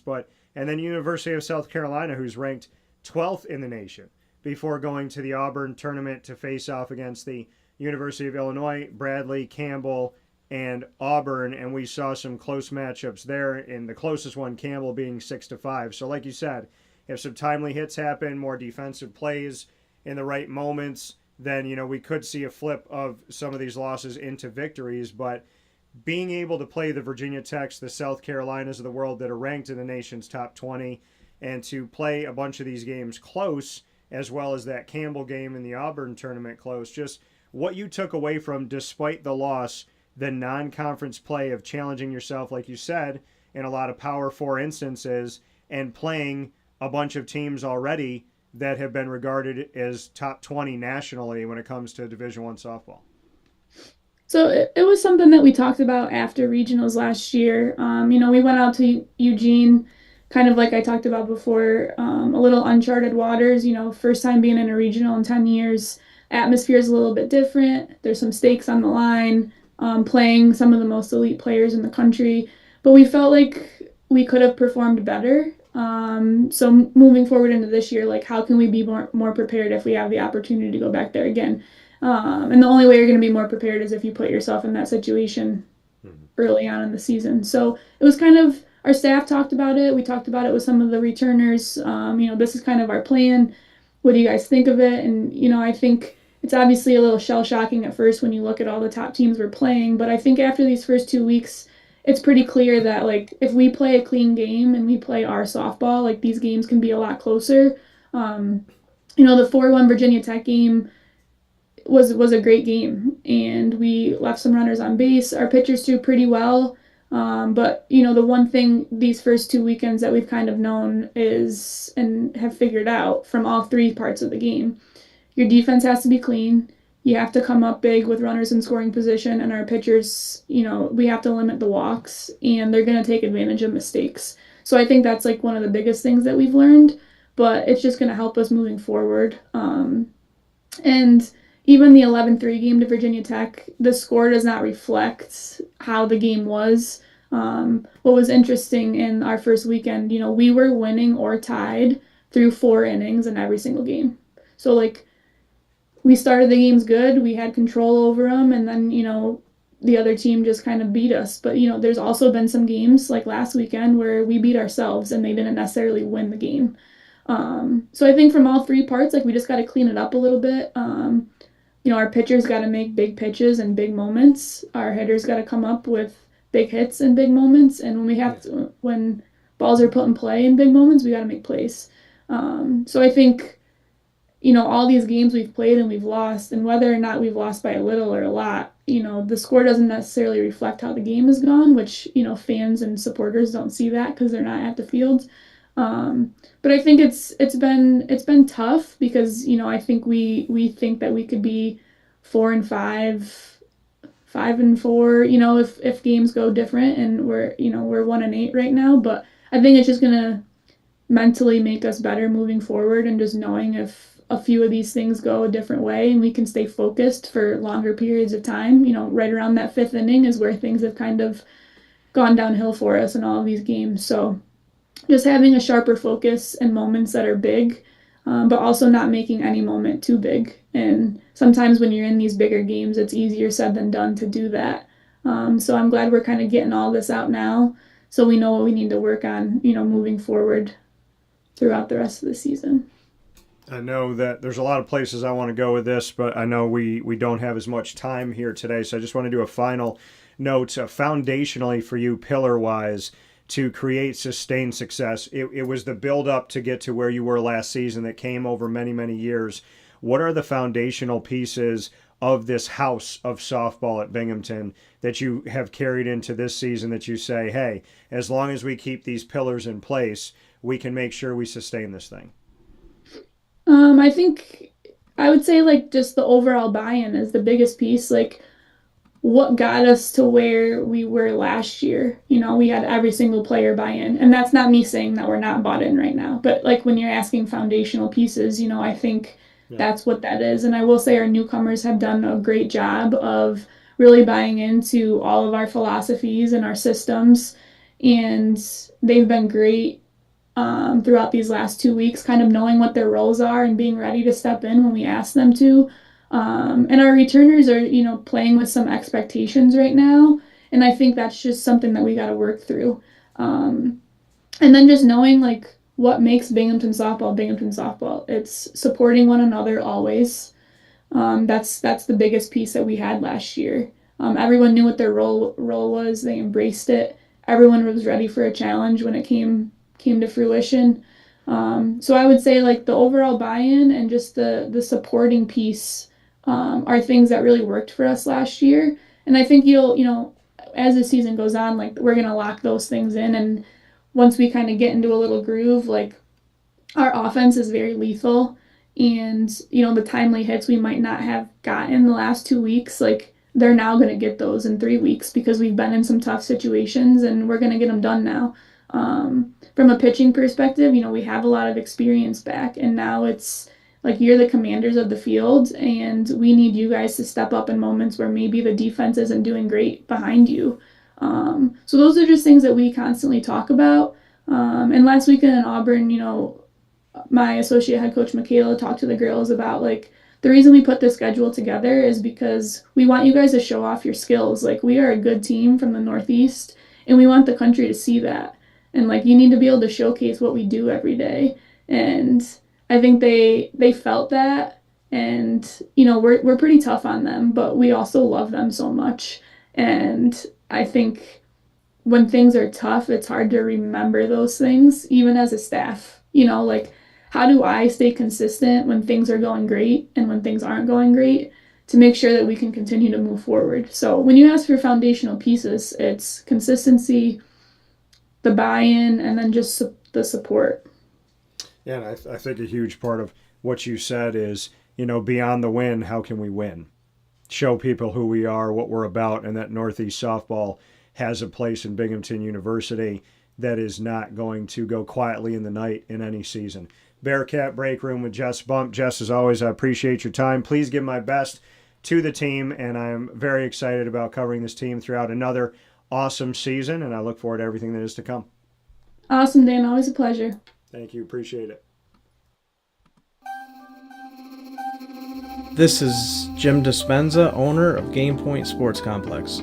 You hear the same story across any sport that kids play and any sport that adults play. There's never enough places to play. That was definitely true with volleyball, definitely true with basketball. It could be cheerleading, it could be field hockey, which is what we're seeing now. Every sport has a lack of places to play, and I think Syracuse in particular is a place where it's really bad. Despite the fact that we've got a lot of athletic talent around here, we just seem to have not enough places for people to play, and they're going to different places. They're going to Rochester, they're going to, Buffalo. They're going all different places because we don't have a place here, and I felt like that should change.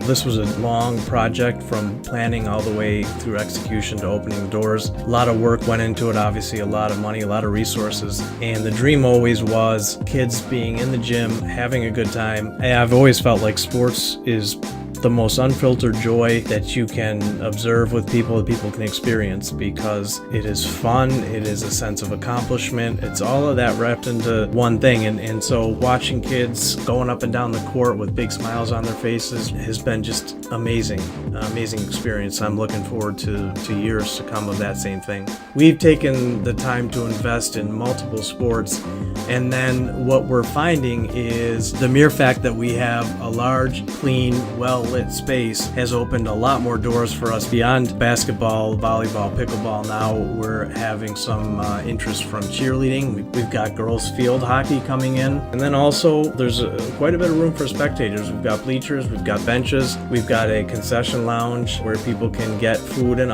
drinks. We're going to have multiple sports going at the same time, using every square inch of this place for what it was conceived for, which is basically people to come in, have a good time in the sport that they prefer.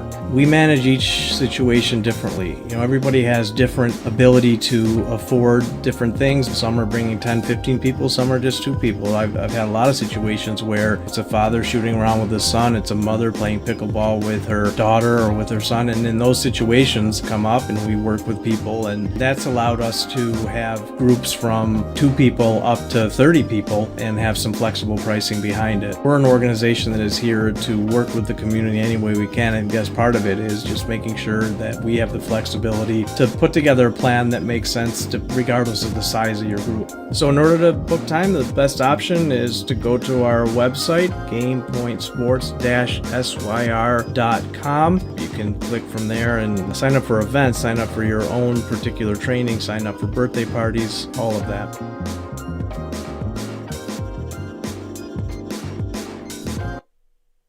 And now a message from Myers Creek Brewing Company, with locations at their Cazenovia Farm Brewery, Syracuse Inner Harbor Tap Room, and soon-to-be Lake Placid Tap Room. Well, I think first and foremost, the Feldmeyer family and our team are extremely passionate about what we do. We care very much about what we do. The Feldmeyer family is always investing. Our taproom management team, our brew management team, our marketing management team, and all of the team members that get after it every day, they leave it on the field. They put their heart and soul into it. I know for a fact that everyone that works at Myers Creek wants to be there, and we want them to be there. We want them to feel good about their job. And again, if you've never been to a Myers Creek, especially to the brewery, I want your eyes to open really big. I want you to see how big of a brand this is. I want you to see where we're going. The sky is the limit, and I feel very proud of that, and I'm very excited about that. When you think of designing a menu for a brewery, it's kind of open to a lot of different interpretations. You can do American, you can do Asian, you can do Italian, and you just have to find, how that meets that pub style dining experience, that gastropub vibe. And I think it's super fun for us because obviously we know that, everyone in the world's going to sell a pizza or a burger or a french fry, but what can we do to be different? And what can we do to be true to who we are? We are a brewery, a brew pub. So the flavor profiles are kind of all over the place, and I think it's super cool that we have a massive smoker at the brewery in Cazenovia, and we smoke a lot of our products. A delicious smoked turkey. We have barbecue ribs on Sundays. From a pulled pork sandwich to a chicken wing, and you go to the Inner Harbor and you go to the Kaz location, and you'll find similarities in the menu, but also things that are a little different and also kind of fit those different demographics or different communities, and also hopefully just drive you to try every tap room that we have open at some point, because you get a little something different at each one. We understand how hard it is to, work every day and get after it every day, and when you're done at the end of your day, you want to go out and put your feet up in a good ambiance and good environment. So we take pride in that. We make sure that everyone knows that they're very much valued to us.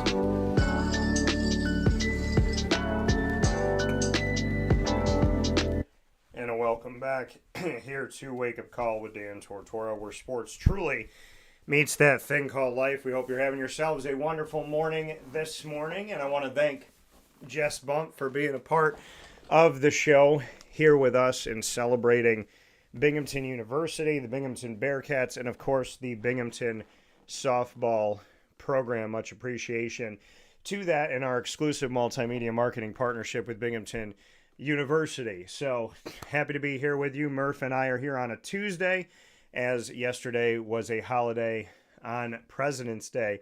So Murph, I know we'll get into this and we'll break it down as we go, but any final notes of our conversation before the Bearcat Breakroom that you'd like to make sure we get in today before we jump into a couple things happening in the NFL? I mean, I think we hit pretty much all of the points. I mean, the main thing I want to point out is, folks, I'm not necessarily advocating for 40 to 60 teams to up and leave and do their own thing.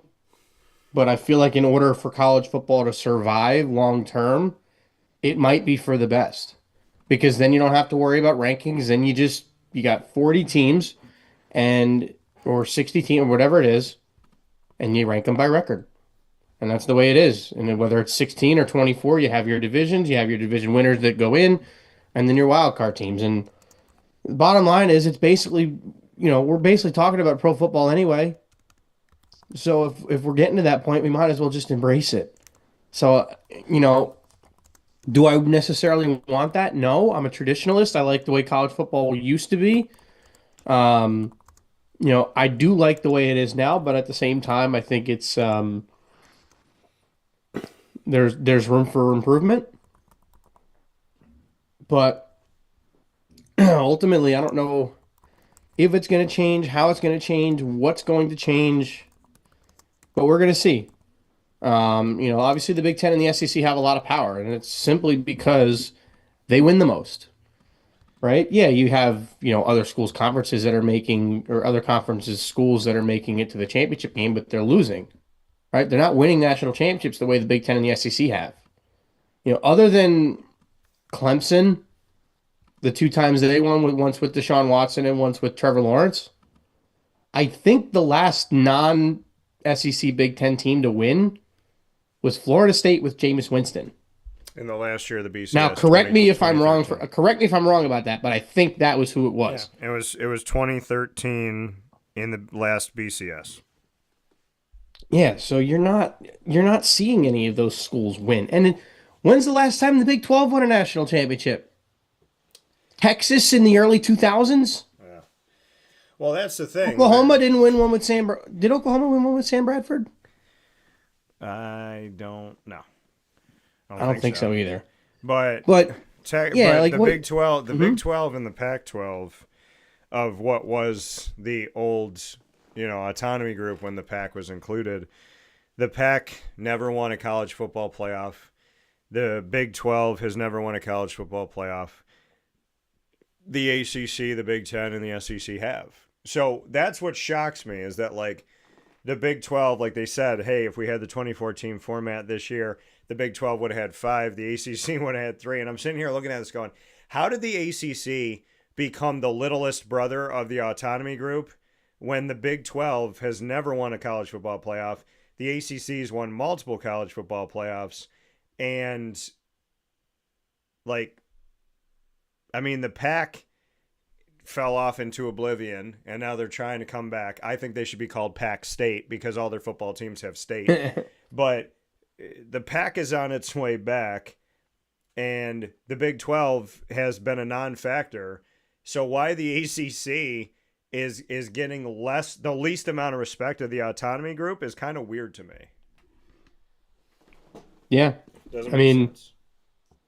I guess in theory it's because the conference just hasn't been as good in recent years, and they're still putting out, good teams, but you're not having one team dominate like you have in all those recent years. Because, just going back to what we said, the last non-SEC Big Ten school not named Clemson or Florida State to win a national championship was Texas in 2005. This is 20 years ago, folks. Yeah. Non-SEC Big Ten has won a national championship exactly 3 times in the last 20 years. 3 times. I do want to hit with... Go ahead, what you're going to say. No, it's really is... It's sad, but the bottom line is it's the truth. They are not competitive on the highest level with the Big Ten and the SEC. Now, granted, you got, let's see, 2 Ohio State championships in that time. You have an Indiana championship. You have a Michigan championship. Under investigation, yes. Fair. Being investigated twice. You got- yeah, that was insane. But yeah. That's the Big Ten. So that's 1, 2, 3, 4. Is that it? 5. That's it. 5 championships of the Big Ten in the last 20 years. Then you have 3 from the ACC. And then you've got 2 by Georgia. 1, 2, 3, 4, 5, 6, 7 by Alabama. 2 by LSU. And that's the SEC. 11, yeah. Yeah. So 11-5 in terms of the SEC. Now, obviously the Big Ten's got the last 3. So they got the last laugh at the moment. They got the recency bias. But my firm belief is if those schools do go off and do their own thing, and I don't think, like I said, I don't think it's the entire conference. You're gonna have plenty of schools like your Nebraskas and your Michigan States or your Rutgers that probably won't be coming. They'll probably say, "Hey, sorry, but you can't come. You're not good enough." But that's why I think the relegation part and promotion that they do in European football might actually be a good model for that, because it gives you, because is there really an incentive to winning an FCS national championship? Not really. Yeah, your school gets some more money, but like, is it nationally? Are people talking about it? No. I mean, I give North Dakota State credit. They're coming to FBS next year. So, how they're going to do in FBS, who knows? But, I mean, hell, for all we know, they could end up going in, which conference did they go into? Mountain West? Mountain West. Who knows? Maybe they go undefeated, win the Mountain West, and they make the college football playoff and make some kind of a run. Yeah, and you never know. No, they can. But because they've won, 7 national championships in FCS in the last decade? They've won 10 of the last 15. I mean, that's just absurd. So, like, when you're dominating that much, like, that's an FCS team that made sense to make the jump to and there's FBS. some teams in the Big Sky, and the Big Sky is well represented and well respected as well. I want to go to the ACC for a second. And the ACC, I disagree with the narrative that was created, and I spoke with people on the inside of this, and I said, where did this come from? Like, why 4 or 5 years ago did I start hearing the ACC's down, the ACC's bad at the beginning of the season? Now, Georgia Tech is relevant again. Virginia Tech with James Franklin and some of the work they've done is relevant again. Miami is relevant again. Duke is relevant now with Manny Diaz, and were relevant when they had Mike Elko, who's now at Texas A&M. So Clemson and Florida State are not great right now. So that determines that the ACC sucks, which is a wild statement to me, because more teams are good in the ACC than are not good in the ACC, but because the two that people expect to be good. So would they say the same thing about the Big Ten? If Ohio State was garbage and Michigan was garbage, would they say, hey, the conference is down this year? I don't think so. Probably. I think they would. The reason why is that Ohio State, they went and didn't perform well in the college football playoff this year. Oregon did not perform well in the college football playoff this year. The only 3 teams in the Big Ten that should have made it, arguably, are those 2 plus Indiana. Indiana was the one that held the lion's share and took care of business. It's typically Ohio State, and you have 18 schools in the Big Ten, and you might have 3 schools that are college football playoff worthy when you break it all down at the end of the season. So I look to the ACC and I say to myself, and SMU, right? If SMU has 1 less loss, and Miami did what they did, and you got Virginia, like, I'm looking at... Well, if SMU has 1 less loss, they're in the ACC championship game. Right. They probably beat Virginia.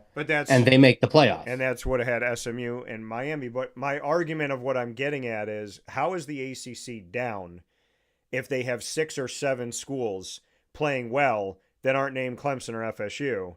Because if Indiana continues to play well and Michigan doesn't, but you have Indiana and Ohio State and Oregon, they're not going to say the Big Ten's down. They're just going to say, well, this team's up and this team's up. But in the case of the ACC, SMU has been good since they joined. Miami has gotten better. Virginia's gotten better. Virginia Tech, I think, is going to get better. Georgia Tech went into 8 overtimes with Georgia 2 seasons ago.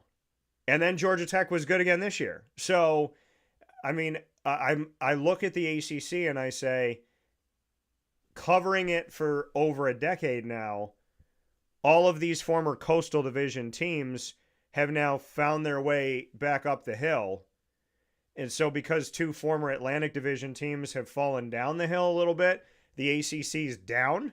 So you got 6 teams fighting for the second spot in the conference, where in the past it was like, here's the top 2 teams and the majority of the rest of these teams aren't that good. I would rather have an ACC where I'm at the end of the season going, wow, the last week of the season means a lot, and they're not even playing each other. It's rivalry week. For the most part, they're not playing each other, Virginia Tech and whatnot. But when I look at the ACC right now, from all the work I've done with them, they're not down. They're back up.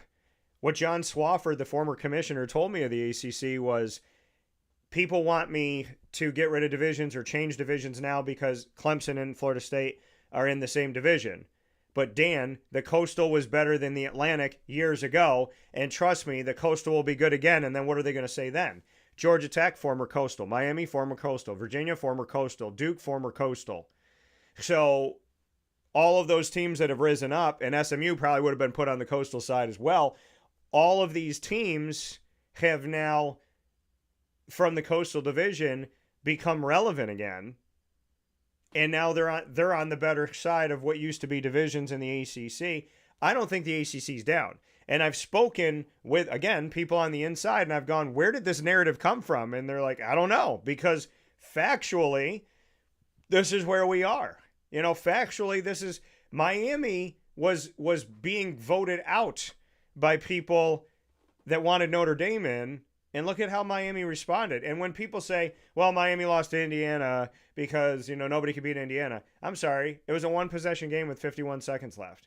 And a bad pass on a bad decision ended that game, which could have went into overtime. I was there at the game. As much as Indiana commanded that game, Miami was in play with less than a minute to go. Was Oregon in play with less than a minute to go? Was Oregon in play with a half an hour to go? So, I mean... Was Oregon in play with 59 minutes and 59 seconds to go? Right. So that's I do not create narratives because that's my decision and my opinion, and that's what suits me. I look at the evidence. And the evidence is the SEC and the Big Ten are the 2 best conferences in college football. But I would take the middle of the SEC over the middle of the Big Ten any day.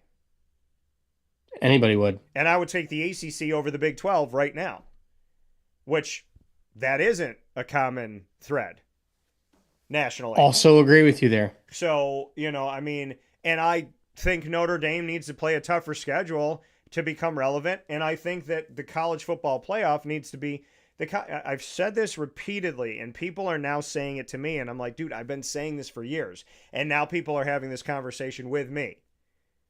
They're like, man, all the college football playoff has to do is tell Notre Dame to join a conference or they can't qualify. I was like, bro, I said that 3 years ago. That's the easiest move. And then I said it, and somebody said to me, well, they're never going to do that. I said, why? They said, because Notre Dame wants to keep their money. I said, that doesn't matter. The college football playoff has nothing to do with that. The college football playoff says you either qualify or you don't qualify, join a conference and qualify, don't join a conference, you don't qualify. That has nothing to do with Notre Dame, and Notre Dame has no say in that. Notre Dame has no leverage in that argument. The college football playoff is looking at 136 schools in the FBS saying, if you're not in a conference, you don't qualify. There's only two teams that aren't in a conference, UConn and Notre Dame. And UConn's going to have to do it at some point if they don't want to lose their football program or drop down to FCS. So this is an easy decision by the college football playoff. Oh, Dan, they can't do it. Why? Because Notre Dame holds the power. How does Notre Dame hold the power? well, Notre Dame makes you watch television in Notre Dame. Really? I was a part of the college football playoff. I was on site for how many of those games? I didn't feel a lack of energy in the room. I didn't see tickets not getting sold. And the prices to go to the college football playoff national championship were the same in line that I've seen with NFL title games. Your cheapest ticket's over $3,000. So please don't suggest to me that Notre Dame not being in the CFP hurt the CFP this year. It hurt Notre Dame. It did not at all. It hurt Notre Dame because Notre Dame gets 100% of the money, because Notre Dame doesn't share with a conference. Notre Dame was butthurt about not getting in because Notre Dame gets more money. It's always been all about Notre Dame. Notre Dame's flaw is that they only see themselves. They only see their worth. They don't think about everybody else. And the flaw of college football is that they allowed that to happen. There's nobody else that can sustain that. You know how many independents were back in the 70s? Syracuse was independent in the early 80s. Like, there was so many independent schools back in the day. And when you go back and you look at them, you think to yourself, if those schools were still independent now, what would college football look like? Somehow Notre Dame got away with murder, and they've gotten away with murder for decades. And Notre Dame fans, I don't hate you, and I don't hate the thing. And listen, I'm a businessman, okay? You put out this business model. Nobody else can survive off of it. You can. God bless you.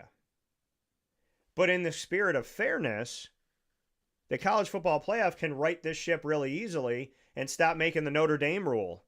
The fact that the college football playoff made a Notre Dame, if you're ranked high enough, you'll get in, K. Everybody else, you have to win conference championships. You have to fight really hard. We have to respect your conference. We have to look at all this criteria. Notre Dame, you just have to be liked. That's not fair. But Notre Dame has had Notre Dame rules forever. And the people that hate me for saying that are the people that are like, shh, don't tell anybody, Dan. But it's there. It's real. It's valid. It's the truth. I know the truth scares people in 2026, but the truth is the truth, honey. I can't sugarcoat. But the problem is they are delusional. They are delusional. Why are they delusional? Because they've been allowed to live in their separate set of rules, in their separate bubble, in their separate system.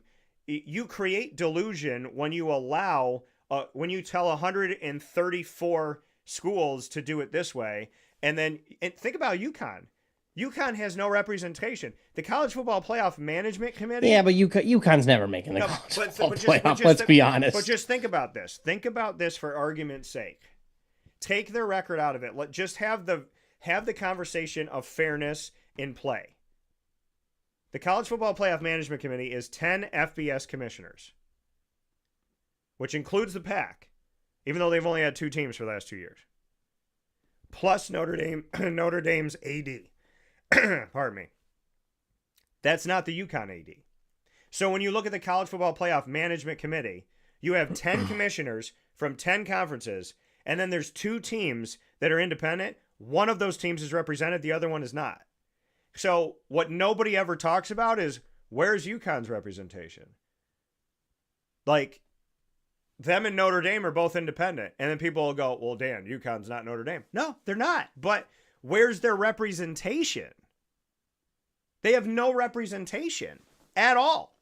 So, I mean, how does the College Football Playoff Management Committee not have UConn, whether they listen to them or not? How are they not sitting at the table if you say this is going to be a committee of commissioners, but we're going to make an exception for an independent, but there's 2 independents? So, I mean, Notre Dame in and of itself they have the leg up over UConn in being an independent. They have the leg up over the entire ACC, which they're a part of, but they're not. Like, how many rules are going to be created to coddle a school? And it's like, well, Notre Dame's so rich, we don't want to piss them off. How did they get this rich? Because you allowed them to get this rich. You allowed it to happen. You're now looking at Notre Dame saying they have too much money and power. But who gave them the money and power? You did, by not creating rules that were concrete for everybody. Do you know how weird it is to look at the entire FBS and say, all of you have to follow this, except for that guy over there? Murph, if you had 3 kids and you told your 3 kids you got to sit at the table with no phone, and then one of your kids is playing on the phone the whole time, and the other 2 kids are not allowed to take their phone out, and the kid that's playing on the phone, you're like, I love you, buddy. You're my favorite son. You're the best. Your other 2 kids, what are they going to do? They're going to start throwing spaghetti. They're going to get their phone out, and they're going to call BS. But everyone's too afraid to call BS right now. Why? Why are you too afraid to call BS? Because they know they're going to end up getting blackballed, and they're never going to play in the college football playoff. But why be afraid of Notre Dame? You're the college football playoff. They're not afraid of Notre Dame. They're afraid of the college football playoff kicking them out. But the thing is the college football playoff owns control of this. They do not have to apologize. Okay, the fact that there was a ticker running a half an hour after the selection was made, that was like, hey, Notre Dame, next year it's gonna be okay. We're sorry. It's like, why are you apologizing? They played a shit schedule. Except for 2 games. And they lost the 2 games against good teams. And then they beat the shit schedule. If that's Tulane, no conversation. If that's North Texas, no conversation. If it's JMU, no conversation. If it's Duke, no conversation. If it's Clemson, no conversation. If it's Kansas, no conversation. Why are we making up rules to try and help somebody that didn't play a tough schedule except for 2 games and they lost? Do you know how many people were on television going, well, you can't fault them for losing. They're the first 2 weeks of the season. So if it was the last 2 weeks of the season, you can fault them. If it was the middle of the season, I'm sorry. Do the Buffalo Bills get credit for beating New England at the beginning of the year, but not at the end? Does Buffalo get credit in the playoffs for beating Kansas City in the regular season? Do they get a +5 points when they go into the postseason game against Kansas City? What is this coddling? There's no other place in sports where they go, hey, buddy, are you okay? You can lose games. It's all right. And then everybody else has to win. You got to sit here and piss and moan about Miami had to fight for their life when they beat Notre Dame head to head, and they were sitting there sweating on the selection day. That's where the delusional people come into play here. That's crazy. Because anyone, and the amount of time we spent on this topic was honestly a little annoying, but it had to be said. The amount of people who really thought that Notre Dame deserved to be in the playoff over Miami. How long on this show have I been preaching who beat who? Who would beat who? It's the easiest decision to make. But if there is a who beat who, you go with the guy that beat the other guy. There was never a discussion. Right. It's the number 1 tiebreaker in anything in life. It's what's their record? 10-2. What's their record? 10-2. Did they play each other? Yeah. So we don't have to think about this and simulate it? No. Who won? Miami. Okay, next. The conversation was never Notre Dame Miami. It should have been Notre Dame Oregon. It was 2 seconds. Right. It should have been Notre Dame Oregon. It should have been Notre Dame Alabama. I told Notre Dame fans, yeah, but Alabama played arguably the toughest schedule in the country, whereas Oregon did not. So you got a 1-loss team and a 2-loss team. In my head though, seeing them get blown out by Georgia. I know they beat Georgia already, but seeing them get blown out by Georgia and with the way they played at the end of the season, made me believe that I would have put Notre Dame in over them. Which is why I think I said that I would have put them in over Alabama in the first place. Now, I don't think Notre Dame goes on a run the way that Miami did. No, but then the question becomes, can Notre Dame beat Oklahoma? No, and they can't. Because Alabama beat Oklahoma. So that's where the conversation comes in. But the reality of it all, to kind of sum up this whole thing, because I want to hit a couple points before I hop out of here. I don't see, if this truly is the Big Ten's model, because I haven't seen the document, so I have to say alleged because it's not in front of me. And I'm the son of a lawyer. So if people don't like my terminology and why I use the words I use, I'm doing it as the legality and the rationale of, if I haven't seen it, I'm reading, and I thank ESPN for the work that they did, and I credit them for the stuff that I looked at this morning, but I didn't see it. So if I see a document, it's different when I'm reading through it and I'm looking at different things. But if this is the format the Big Ten created, it benefits the Big Ten and the SEC, and it kills the rest of the FBS. That's in layman's terms. And if you destroy conference championship, basically, if you destroy conference championships, then you destroy the reason of playing conference games. Then you destroy conferences. Then you go to this divisional thing where you have, 48, 60 teams that are together, like Murph was talking about.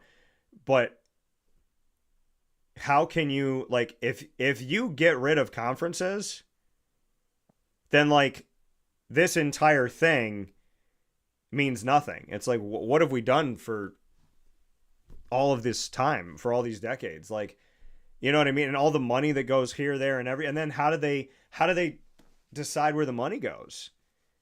And who leads this thing? The Big Ten and the SEC? Then the ACC is going to be sitting there begging for bread.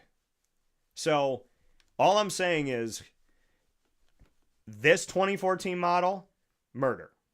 The 2014 model that Randy Edsall and Gary Stokan provoked in me to have the conversation after talking with them, and I was like, oh, okay, going off of that conversation, I think this works.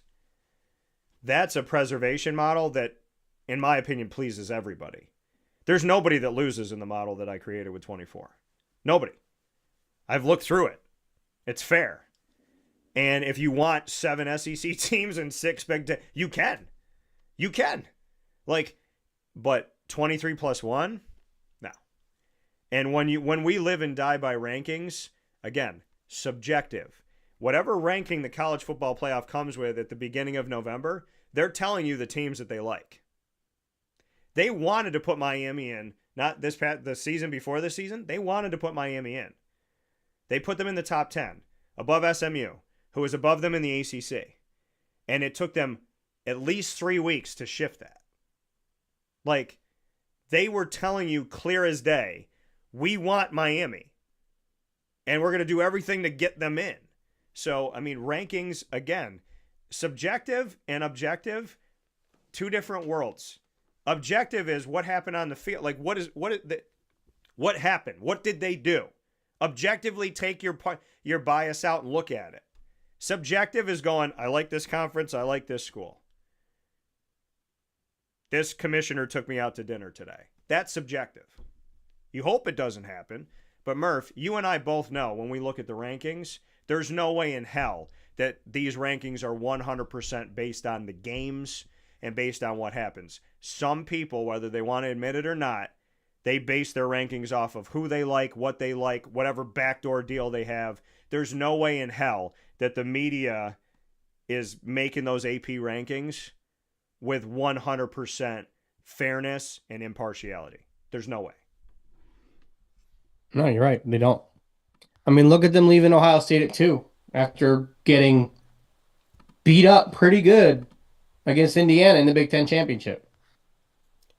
Now, to be fair, I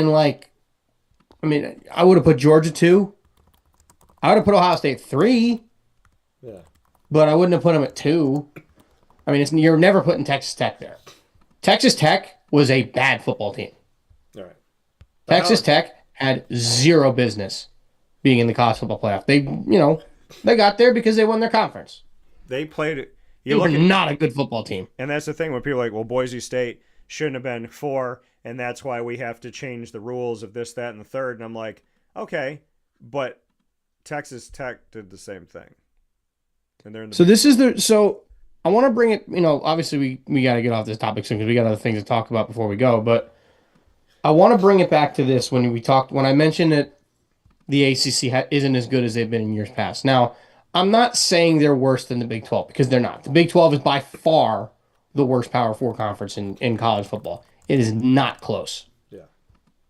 It's SEC, Big 10, Big Gap, ACC, Big 12, and everybody else.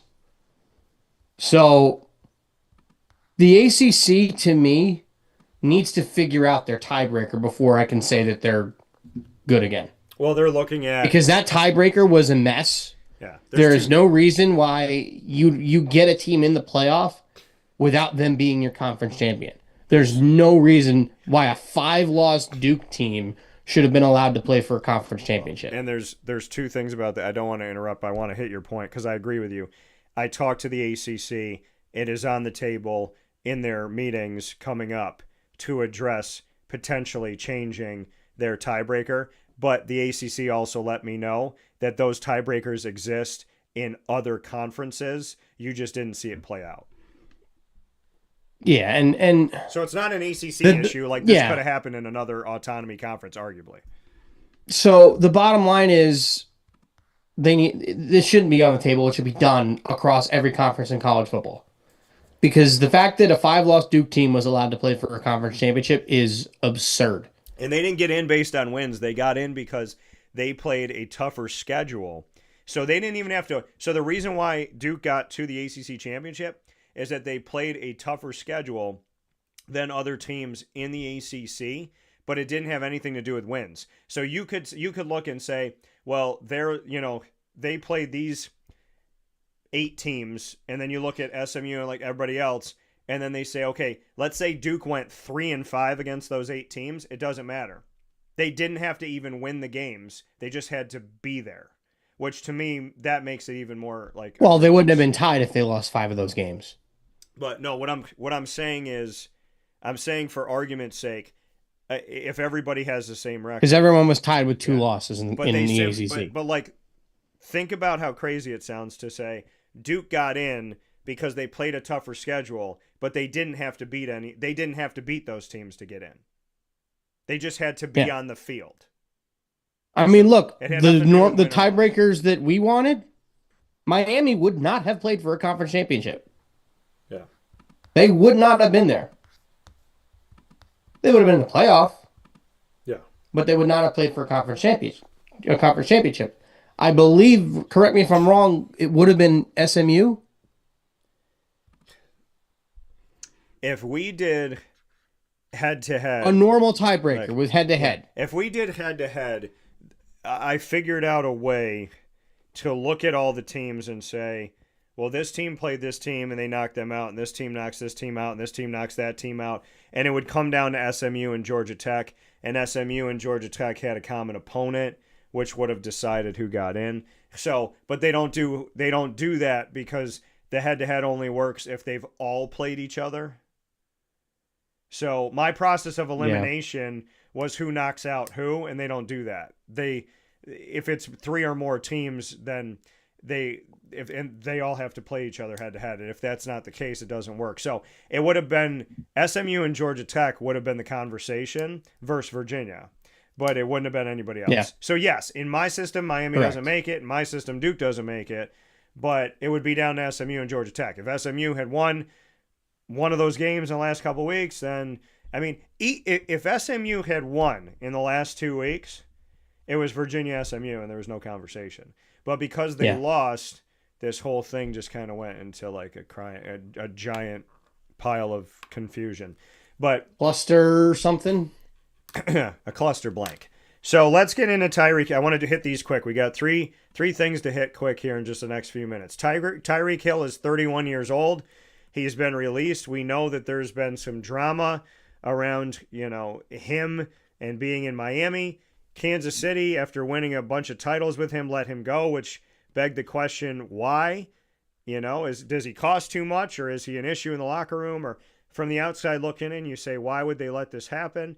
They let it happen. He goes down to Miami, and in Miami, there's drama in Miami. So we look at what he said. He said, quote, "Every chapter in life's taught me something. This one taught me leadership, resilience, and mostly gratitude.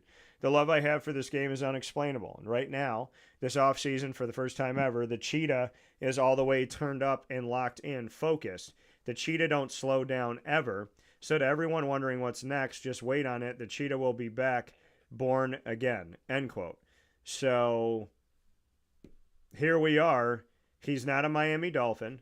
He's not a Kansas City Chief. He's 31 years old and was considered the fastest man in the NFL of 32 franchises and thousands of players a short time ago. What do you think, Murph?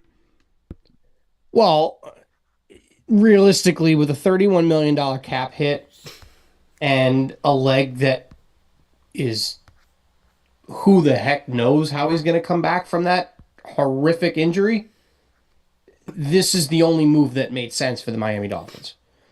So, in their world, it's nothing against Tyreek Hill, but you don't know how he's going to come back from that leg injury. He's going to, if he doesn't, that's a big cap hit that you're going to have to deal with.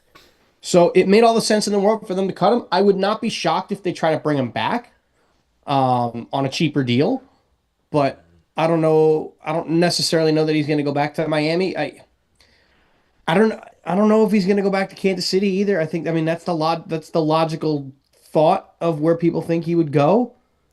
But you also got to make sure that his leg is healthy. That was a horrific injury.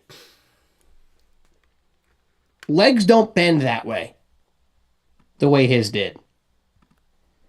So you got to make sure he's healthy, number one. Number two, where is he going to go? That's, it remains to be seen. I feel like it's going to be a warm weather city. I don't see him going to Buffalo. I don't see him going to New England. I feel like he's going to go somewhere that they have a chance of winning a championship. I could see him going to the Rams. I could see him going to the 49ers. I can see him going maybe even to the Cowboys. Not that I think they have a chance of winning anything, but that's a spot that might make sense for him to be a good compliment to CeeDee Lamb. Jerry Jones likes talent and drama, so yes, he does. Probably not Jacksonville, although that's a team that would be very interesting. Atlanta's not in any position to win anytime soon. New Orleans is in any position to win anytime soon. To me, I think he'd be going to one of the California teams. To me, it's either the Rams or the Niners would be the ones that would make the most sense, because I don't see him going back into a cold weather city. Well, it's funny. That is if he's healthy. It's funny that you said the Rams because that was the first team I thought of as well. Can you imagine him and Puka on the same team? Yeah. If Tyreek Hill's healthy? It's crazy. So they're winning the Super Bowl next year if that's the case. He dislocated his knee, tore multiple ligaments, including his ACL in a Week 4 game against the Jets. And in his first season with Tua in Miami, 1,710 yards, 119 catches, 7 touchdowns with the team at that time. Hill followed up by leading the NFL in receiving yards, 1,799, and receiving touchdowns, 13 in 2023 to go to his 8th straight Pro Bowl, and he was going to be a $51 million cap hit this year, which is absolutely insane. Oh, 51? I thought it was 31. No, 4-year extension, $120 million. This year, 2026, would have been a $51 million cap hit, which is so maybe they saved. Maybe it was they saved $31 million against the cap. Maybe that's what it was. It was astronomically insane, but hoping the best first and foremost for his health and recovery, a full recovery, a speedy recovery for the speedster, and that the Cheetah will be back better than ever moving forward. Speaking of back, Derek Carr, former Raiders quarterback, may be open to coming back to the NFL. Your thoughts? I think he sees what Phillip Rivers did, and seeing that Sam Darnold was able to be a good, not great quarterback and go win a championship. Yeah. Maybe he thinks he can do that. I don't see it, man. To me, Derek Carr was done before he even left the Saints. Yeah. I'm not surprised. I think like I said, I think he sees what Phillip Rivers did. I think he sees what Sam Darnold did and says, hey, I can do that. I don't need to be that great and I can go win a championship. But he only wants to go to play for teams that can win a championship. Which of those teams need a quarterback? Yeah. Let's be honest. None of them. If a team's in contention to win a championship, they have a quarterback. Maybe the Steelers, but they're probably going to keep Aaron Rodgers. He ain't going to Buffalo. He ain't going to Kansas City. He ain't going to Dallas. He ain't going to San Francisco. He ain't going to the Rams. He ain't going to the Chargers. He ain't going to the Seahawks. He ain't going to the Packers. Yeah, He ain't going to the Bears. The teams that need him are not in contention. Exactly. Like, the teams that would need him would be, number one, his former team, the Las Vegas Raiders, the Jets, the Browns, potentially Houston if this thing about possibly trading C.J. Stroud comes true. The Colts if they don't keep Daniel Jones. The Colts if they don't keep Daniel Jones. I mean, where's he going to go? Right. I just don't see it. I mean, I would love to see him go to the Raiders because then that would mean they probably will trade number 1 overall. Yeah. I've also seen things that are saying that the Raiders should trade the number 1 overall pick because the people don't think Mendoza's, the real deal. And look, is Mendoza, am I going to sit here and say that Mendoza is a generational quarterback? Absolutely not. Yeah. If Arch Manning came out in this year's draft, he would be going 1-1, and there wouldn't even be a discussion. Mendoza, I think, and we've talked about this, his NFL comp is Matthew Stafford. Yeah. Now, would anybody have a problem with Matthew Stafford? Right. I don't think so. Right.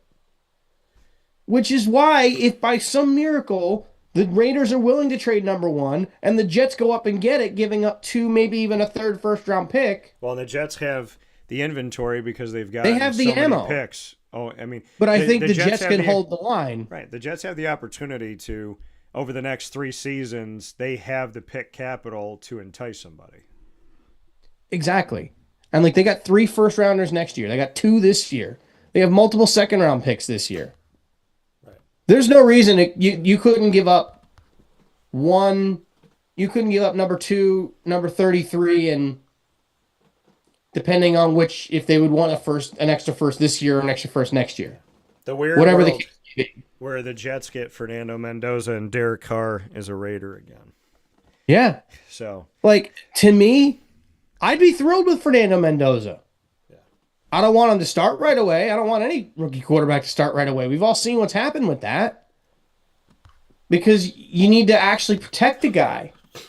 I'm all in to go get a Russell Wilson. Go get a Jameis Winston. Go get a Malik Wilson. Well, actually, I like the idea of Russell Wilson because he's a proven winner. Yeah. Or a Joe Flacco. To be your starting quarterback for the first 6-7 weeks of the season. And then you insert Mendoza if by some miracle that becomes the case. People forget that Matthew Stafford is going to be a Hall of Famer. He has an MVP. Yeah. He has a ring. Would not shock me if he gets a ring next year. Yeah. He gets 2. He's a first ballot Hall of Famer, folks. Well, he's a former number 1 overall pick. Not if you're Bill Belichick. But, oh yeah, I know what you mean. Bill Belichick didn't get in because of Spygate and Deflategate. That's the only reason he didn't get in. He didn't get in because, there's enough people there that have they don't like him. That have an issue with it. So people don't like him. Here's the thing. I'm going to hit this really quick because we have one final thing to do. Coaching carousel, promise you this. Frank Reich, a guy that I interviewed who was the interim, one of the weirdest things, if not probably the weirdest head coaching thing I've ever seen in sports, where Stanford brought him to ACC kickoff and said, he's our interim head coach. He's only here a year, allegedly no matter what, because he's just a place filler until we go and get our guy. And so now that happened, and Frank Reich is now the offensive coordinator of the Jets. And then you have, obviously Seattle losing one of their coordinators to become the head coach of the Raiders and whatnot. Murph and Mike McCarthy's in Pittsburgh now, which to me I think is a far step down from Mike Tomlin. I'm not trying to disrespect Mike McCarthy. I'm just stating something that I feel is obvious, that Mike McCarthy can do, something, but Mike Tomlin to me is, I don't know. He should still be coaching. So we'll see what happens. I hope he doesn't turn into a Bill Cowher where we talk about him in 2 cycles and then he never comes back to coaching. But I want what's best for him and his family. He's still young. He will. because John Harbaugh is going to make those Giants better immediately, in my opinion. Murph, Mark my words, the Giants are making the playoffs next year. I'm telling you, with him and Jackson Mark my Dart words. and a healthy Malik Neighbors, I mean, they do And some Cam good things. Scattaboo. Yeah, they do some good things. Don't forget about my boy Scat. Do some good things in free agency. Do some good things in your defense. Draft some guys. I'm telling you right now, the Giants are going to be a menace to people. Don't forget that, because I think Philadelphia might be trending downward in the coming years. I want to hit this last thing really quick with you, Murph. Ingredients to Success, proudly presented by Avicolli's, 7839 Oswego Road in Liverpool, New York. It's down the road from Liverpool High School. You can see it if you stand at the corner of Route 57 and Wetzel Road. And, of course, they're open 7 days a week for lunch, dinner, and drinks. As always, drink responsibly, and only if you are of age. You can cater as well. You can have catering, takeout, delivery from Avicolli's by calling 315-622-5100. That's 315-622-5100. You can also go to myavicollis.com to order. That's myavicollis.com. Today's topic, be the best version of you. Murph, what does that mean to you in today's world and any day's world? Being the best version of yourself. What are some ingredients to success to make sure you're not being somebody else's version of you, you're not playing a role, you're not afraid to be you, but you're being the best version of yourself? I think the most important thing to that would simply be to not care what anybody else says. You know, you do what you want to do. You're not nobody else can dictate what you do in your life. You do what you want to do, right? And whether that is, taking a leap of faith and betting on yourself in a job, or, leaving a job and betting on yourself to do something on your own, or as you're seeing in sports sometimes, these guys take their 1-year deals, bet on themselves, and perform well and get paid more. Just not really caring what anybody else thinks and just doing what you want to do, to me, is the most important part of that. Yeah, I think being the best version of you is understanding that you do not have to fit into somebody else's mold. As I tell people all the time, I said this last night, not even a great actor or actress can hold character 100% of the time. Who you are always comes out, and being the best version of yourself is staying true to who God made you to be, staying true to the fiber of your being. And it does start with not caring what other people think, understanding that outside noise, by definition, belongs outside. You can never truly become you or have happiness, in my opinion, if you allow the world to dictate who you are. And by the way, you will never please the world, because the world constantly, like the weather, changes. And they will love you today, hate you tomorrow, and you'll be the exact same person. That's reality. That's how it is. People loved Kim Kardashian, then they didn't. People loved Donald Trump, then he ran for president and they hated him. The reality of it, people love Robert De Niro, then they found out his political views and they're not a fan. So you can never please everyone. And if you focus on that, well, that's why people get depressed. That's why people don't want to be alive. That's why they want to disappear. Being the best version of yourself is stating that every morning when you wake up, you're going to make your fingerprint matter. The fact that God made you unique, that even identical twins are not identical in everything they are and everything they do, and in how they see the world or how they act. So remember that the only version you should be of anything is of yourself, and that you should challenge yourself to make sure that that's the best version every day. With that being said, thanks to Avicolli's for the ingredients to success and bringing us a positive piece every single week, just like they bring you a positive piece of their pizza every single week and all the other great things that they have to offer from one of the great local Italian spots here in our community that we appreciate so much, serving us for many decades. Murph, as always, I appreciate the time. I appreciate you being here with me, and I look forward to talking with you soon. Absolutely, my friend. Go Team USA in the Olympics, especially the men's hockey team. Sucks that we got to play Sweden, but assuming they win their game, but let's go Team USA. Amen. I'll talk to you soon, bud. Yes, sir. Take care. That coming from Murph. We're going to take a final step aside here on Wake Up Call with Dan Tortora, where sports meets life, and wrap things up right after this. Stay with us. In these unique times, there are those in our community that give us a sense of normalcy and positivity. Pizza Man on 50 Oswego Street in Baldwinsville has been here for you for over 35 years and is here now. Call 315-638-1234 or order online at pizzamanbville.com to bring those familiar tastes into your home. And remember to come see our monthly on-site broadcasts centered around the community and our Baldwinsville Bees. Pizza Man in Baldwinsville. Any way you slice it, they are always here for you.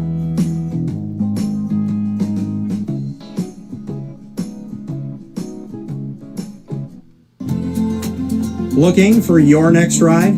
Look no further than Great Lakes Honda City, located on 7140 Henry Clay Boulevard in Liverpool, New York. Serving our community for decades, their new and pre-owned vast array of vehicles are available to you Monday through Saturday on site. To search from home, shop at GreatLakesHondaCity.com. Call 315-365-5576 to set up an appointment. That's 315-365-5576 for Great Lakes Honda City, 7140 Henry Clay Boulevard in Liverpool, New York. Great cars, great people, Great Lakes. Here's a message from Renee from Bryan's Landing, located on 6523 East Seneca Turnpike in Jamesville, New York. Open Tuesdays and Wednesdays for dinner, Thursday through Saturday for lunch and dinner, and Sundays for brunch. It's a lot like the way that my mom and dad ran their restaurant. We have put in place a lot of people that are family to us, very similar to how my dad hired people that were family to him. And then the tradition I'm carrying on is a lot of the items that are on our menu are my dad's. And he taught our chefs how to recreate his dishes. So I think that Tommy McInerney, who our executive chef is, to him it is an art. And I think that when he does create a dish, it's not just about making the food taste delicious, which is definitely our priority, but it's an art to him, and it's almost like his canvas on a plate where he just wants the colors to look great, and people love it because he takes pride in that. And Bryan and I appreciate that. We want it to obviously look good and taste good. I will tell you, when we opened up, it was 6 weeks before COVID. And what was amazing was the community, our friends and family stepped up, and everybody did takeout. Everybody supported us. Our hearts were just so filled. So to Bryan and I, obviously our friends come all the time, and we just have repeat customers in Jamesville, and I think people going to our previous restaurant in Green Lakes are making the trip to come to Bryan's Landing to support us. And I mean, I think we have great food and a great atmosphere. So it's very, very important to us. Head to Bryan's Landing, located on 6523 East Seneca Turnpike in Jamesville, New York, where memories have become recipes that are now meals to share with you. Tuesdays and Wednesdays for dinner, Thursday through Saturday for lunch and dinner, and on Sundays for brunch. And be sure to come out for live music Friday, Saturday, and Sunday.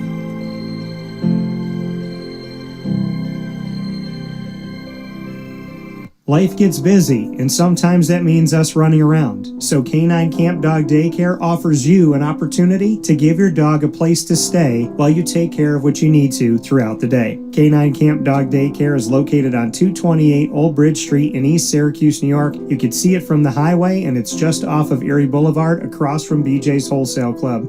Call 315-437-7110. That's 315-437-7110 to schedule an appointment to bring your dog in and tour the facility. Appointments are Monday through Thursday after 6:30, where you and your dog can see everything that Canine Camp Dog Daycare has to offer, including a self-serve dog wash and a retail store filled with all of your dog's wants and needs, including food, treats, harnesses, leashes, and more, making Canine Camp Dog Daycare your one-stop shop for your furry loving friend. Right, Lily?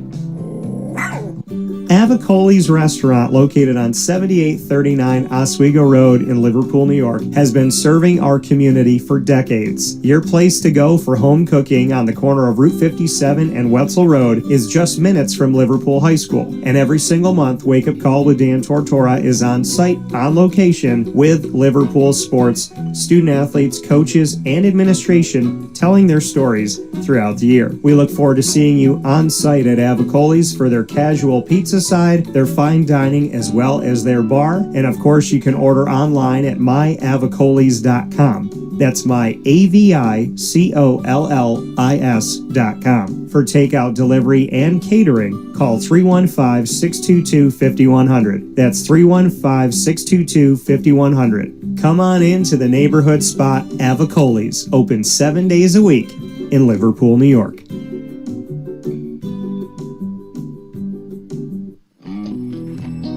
K9 Campground Dog Boarding is your home away from home for your furry-loving friends. Open 7 days a week with drop-off and pickup times in the morning and later on in the day and early evening. K9 Campground Dog Boarding is the spot to trust with your dog for short and long-term stays. Call 315-299-4013 for more information. That's 315-299-4013, and go to k9campground.com as well. That's KAMP ground.com, where you will find all of the information on their different cabins, which include the classic cabin, executive cabin, grand cabin, and luxury cabin. K9 Campground Dog Boarding, where your dog will have indoor and outdoor areas as well as their own private cabin for any size, any breed, as well as dogs with different needs. Dog parents and dogs alike choose K9 Campground Dog Boarding. Isn't that right, Lily?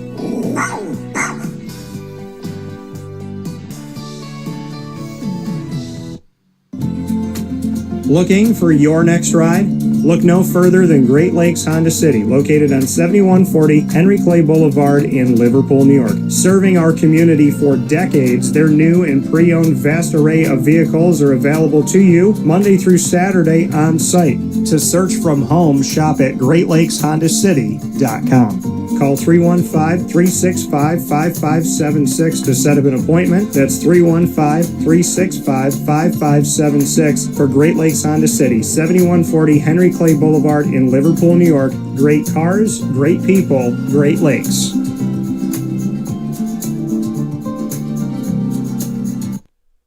Carvel DeWitt, it's what happy tastes like. Do you know why? Because we make ice cream. Creamy, rich, flavorful ice cream. Not yogurt or iced milk like some of our competitors. Ice cream.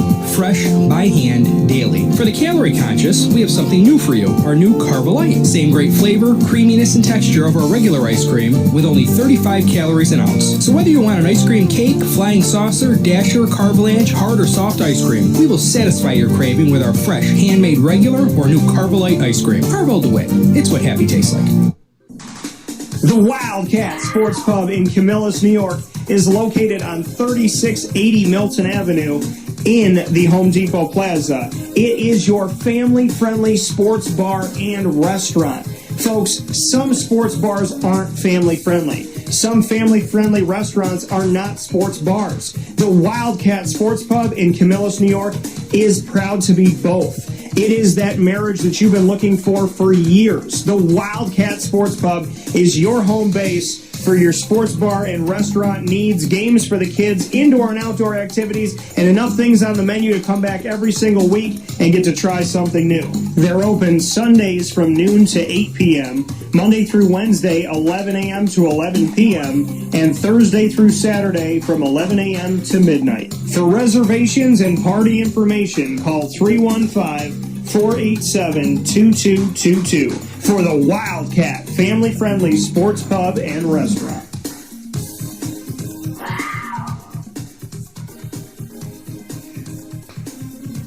GG Cards and Breaks. Like, comment, subscribe. GG Cards and Breaks coming to you on 639 Delmar Place in Syracuse, New York is your one-stop sports card and trading card shop. Find your way over there Tuesday through Saturday from 10 to 6, Sundays from 10 to 5, and this Saturday. A massive event going to be happening thanks to Tops at GG Cards and Breaks this Saturday, February 21st from 5 to 8:30 p.m. We look forward to seeing you there on 639 Delmar Place in Syracuse, New York. For more information on that, stay with us here and on our social media. You're not going to want to miss out on the event. Big time thanks to Chick-fil-A in DeWitt for all the work they do with Megan Sorber and her team. Whatever your favorite is, whether you're a fan of the grilled or the spicy or the original, you know where to go. Chick-fil-A on the corner of Bridge Street and Erie Boulevard. A massive brick building, double drive-through, order on the app, eat inside, go through the drive-through, pick it up and go. And of course, you can have your catering done by Chick-fil-A in DeWitt. For more information about Chick-fil-A DeWitt on the corner of Bridge Street and Erie Boulevard, go to wakeupcalldt.com's homepage and click on their link. With that being said, here on Wake Up Call with Dan Tortora, I want to thank you for being here inside of the broadcast, up and down the East Coast, the Midwest, the West Coast, and all around the globe on YouTube.com and Facebook.com, both / WakeUpCallDT, and on WakeUpCallDT.podbean.com. Once the shows go live in the Great Lakes Honda City Studios, they jump into the archive on Amazon Music, Audible, iHeartRadio, iTunes, and Apple Podcasts, Player FM, Podbean, Podvine, Spotify, TuneIn, YouTube, and more. All you got to do is search Wake Up Call with Dan Tortora, or one word, Wake Up Call DT. Big time thanks to our incredible partners in Central Upstate New York, Great Lakes Honda City, Carvel, DeWitt, the Wildcat Sports Pub, GG Cards and Breaks, Myers Creek, Bryan's Landing, K9 Camp Dog Daycare, Mon Paz, the snack capital of the world, K9 Campground Dog Boarding, Pizza Man, Chick-fil-A, Cicero, Mother's Cupboard, Chick-fil-A in DeWitt, Game Point Sports Complex, Avicolli's, and we are the exclusive multimedia marketing partner of your Onondaga Community College Lasers and the Laser Lounge. Find our content by going to youtube.com / WakeUpCallDT. Click subscribe, hit the notification bell. Find the OCC playlist. For more information, go to OnondagaLasers.com.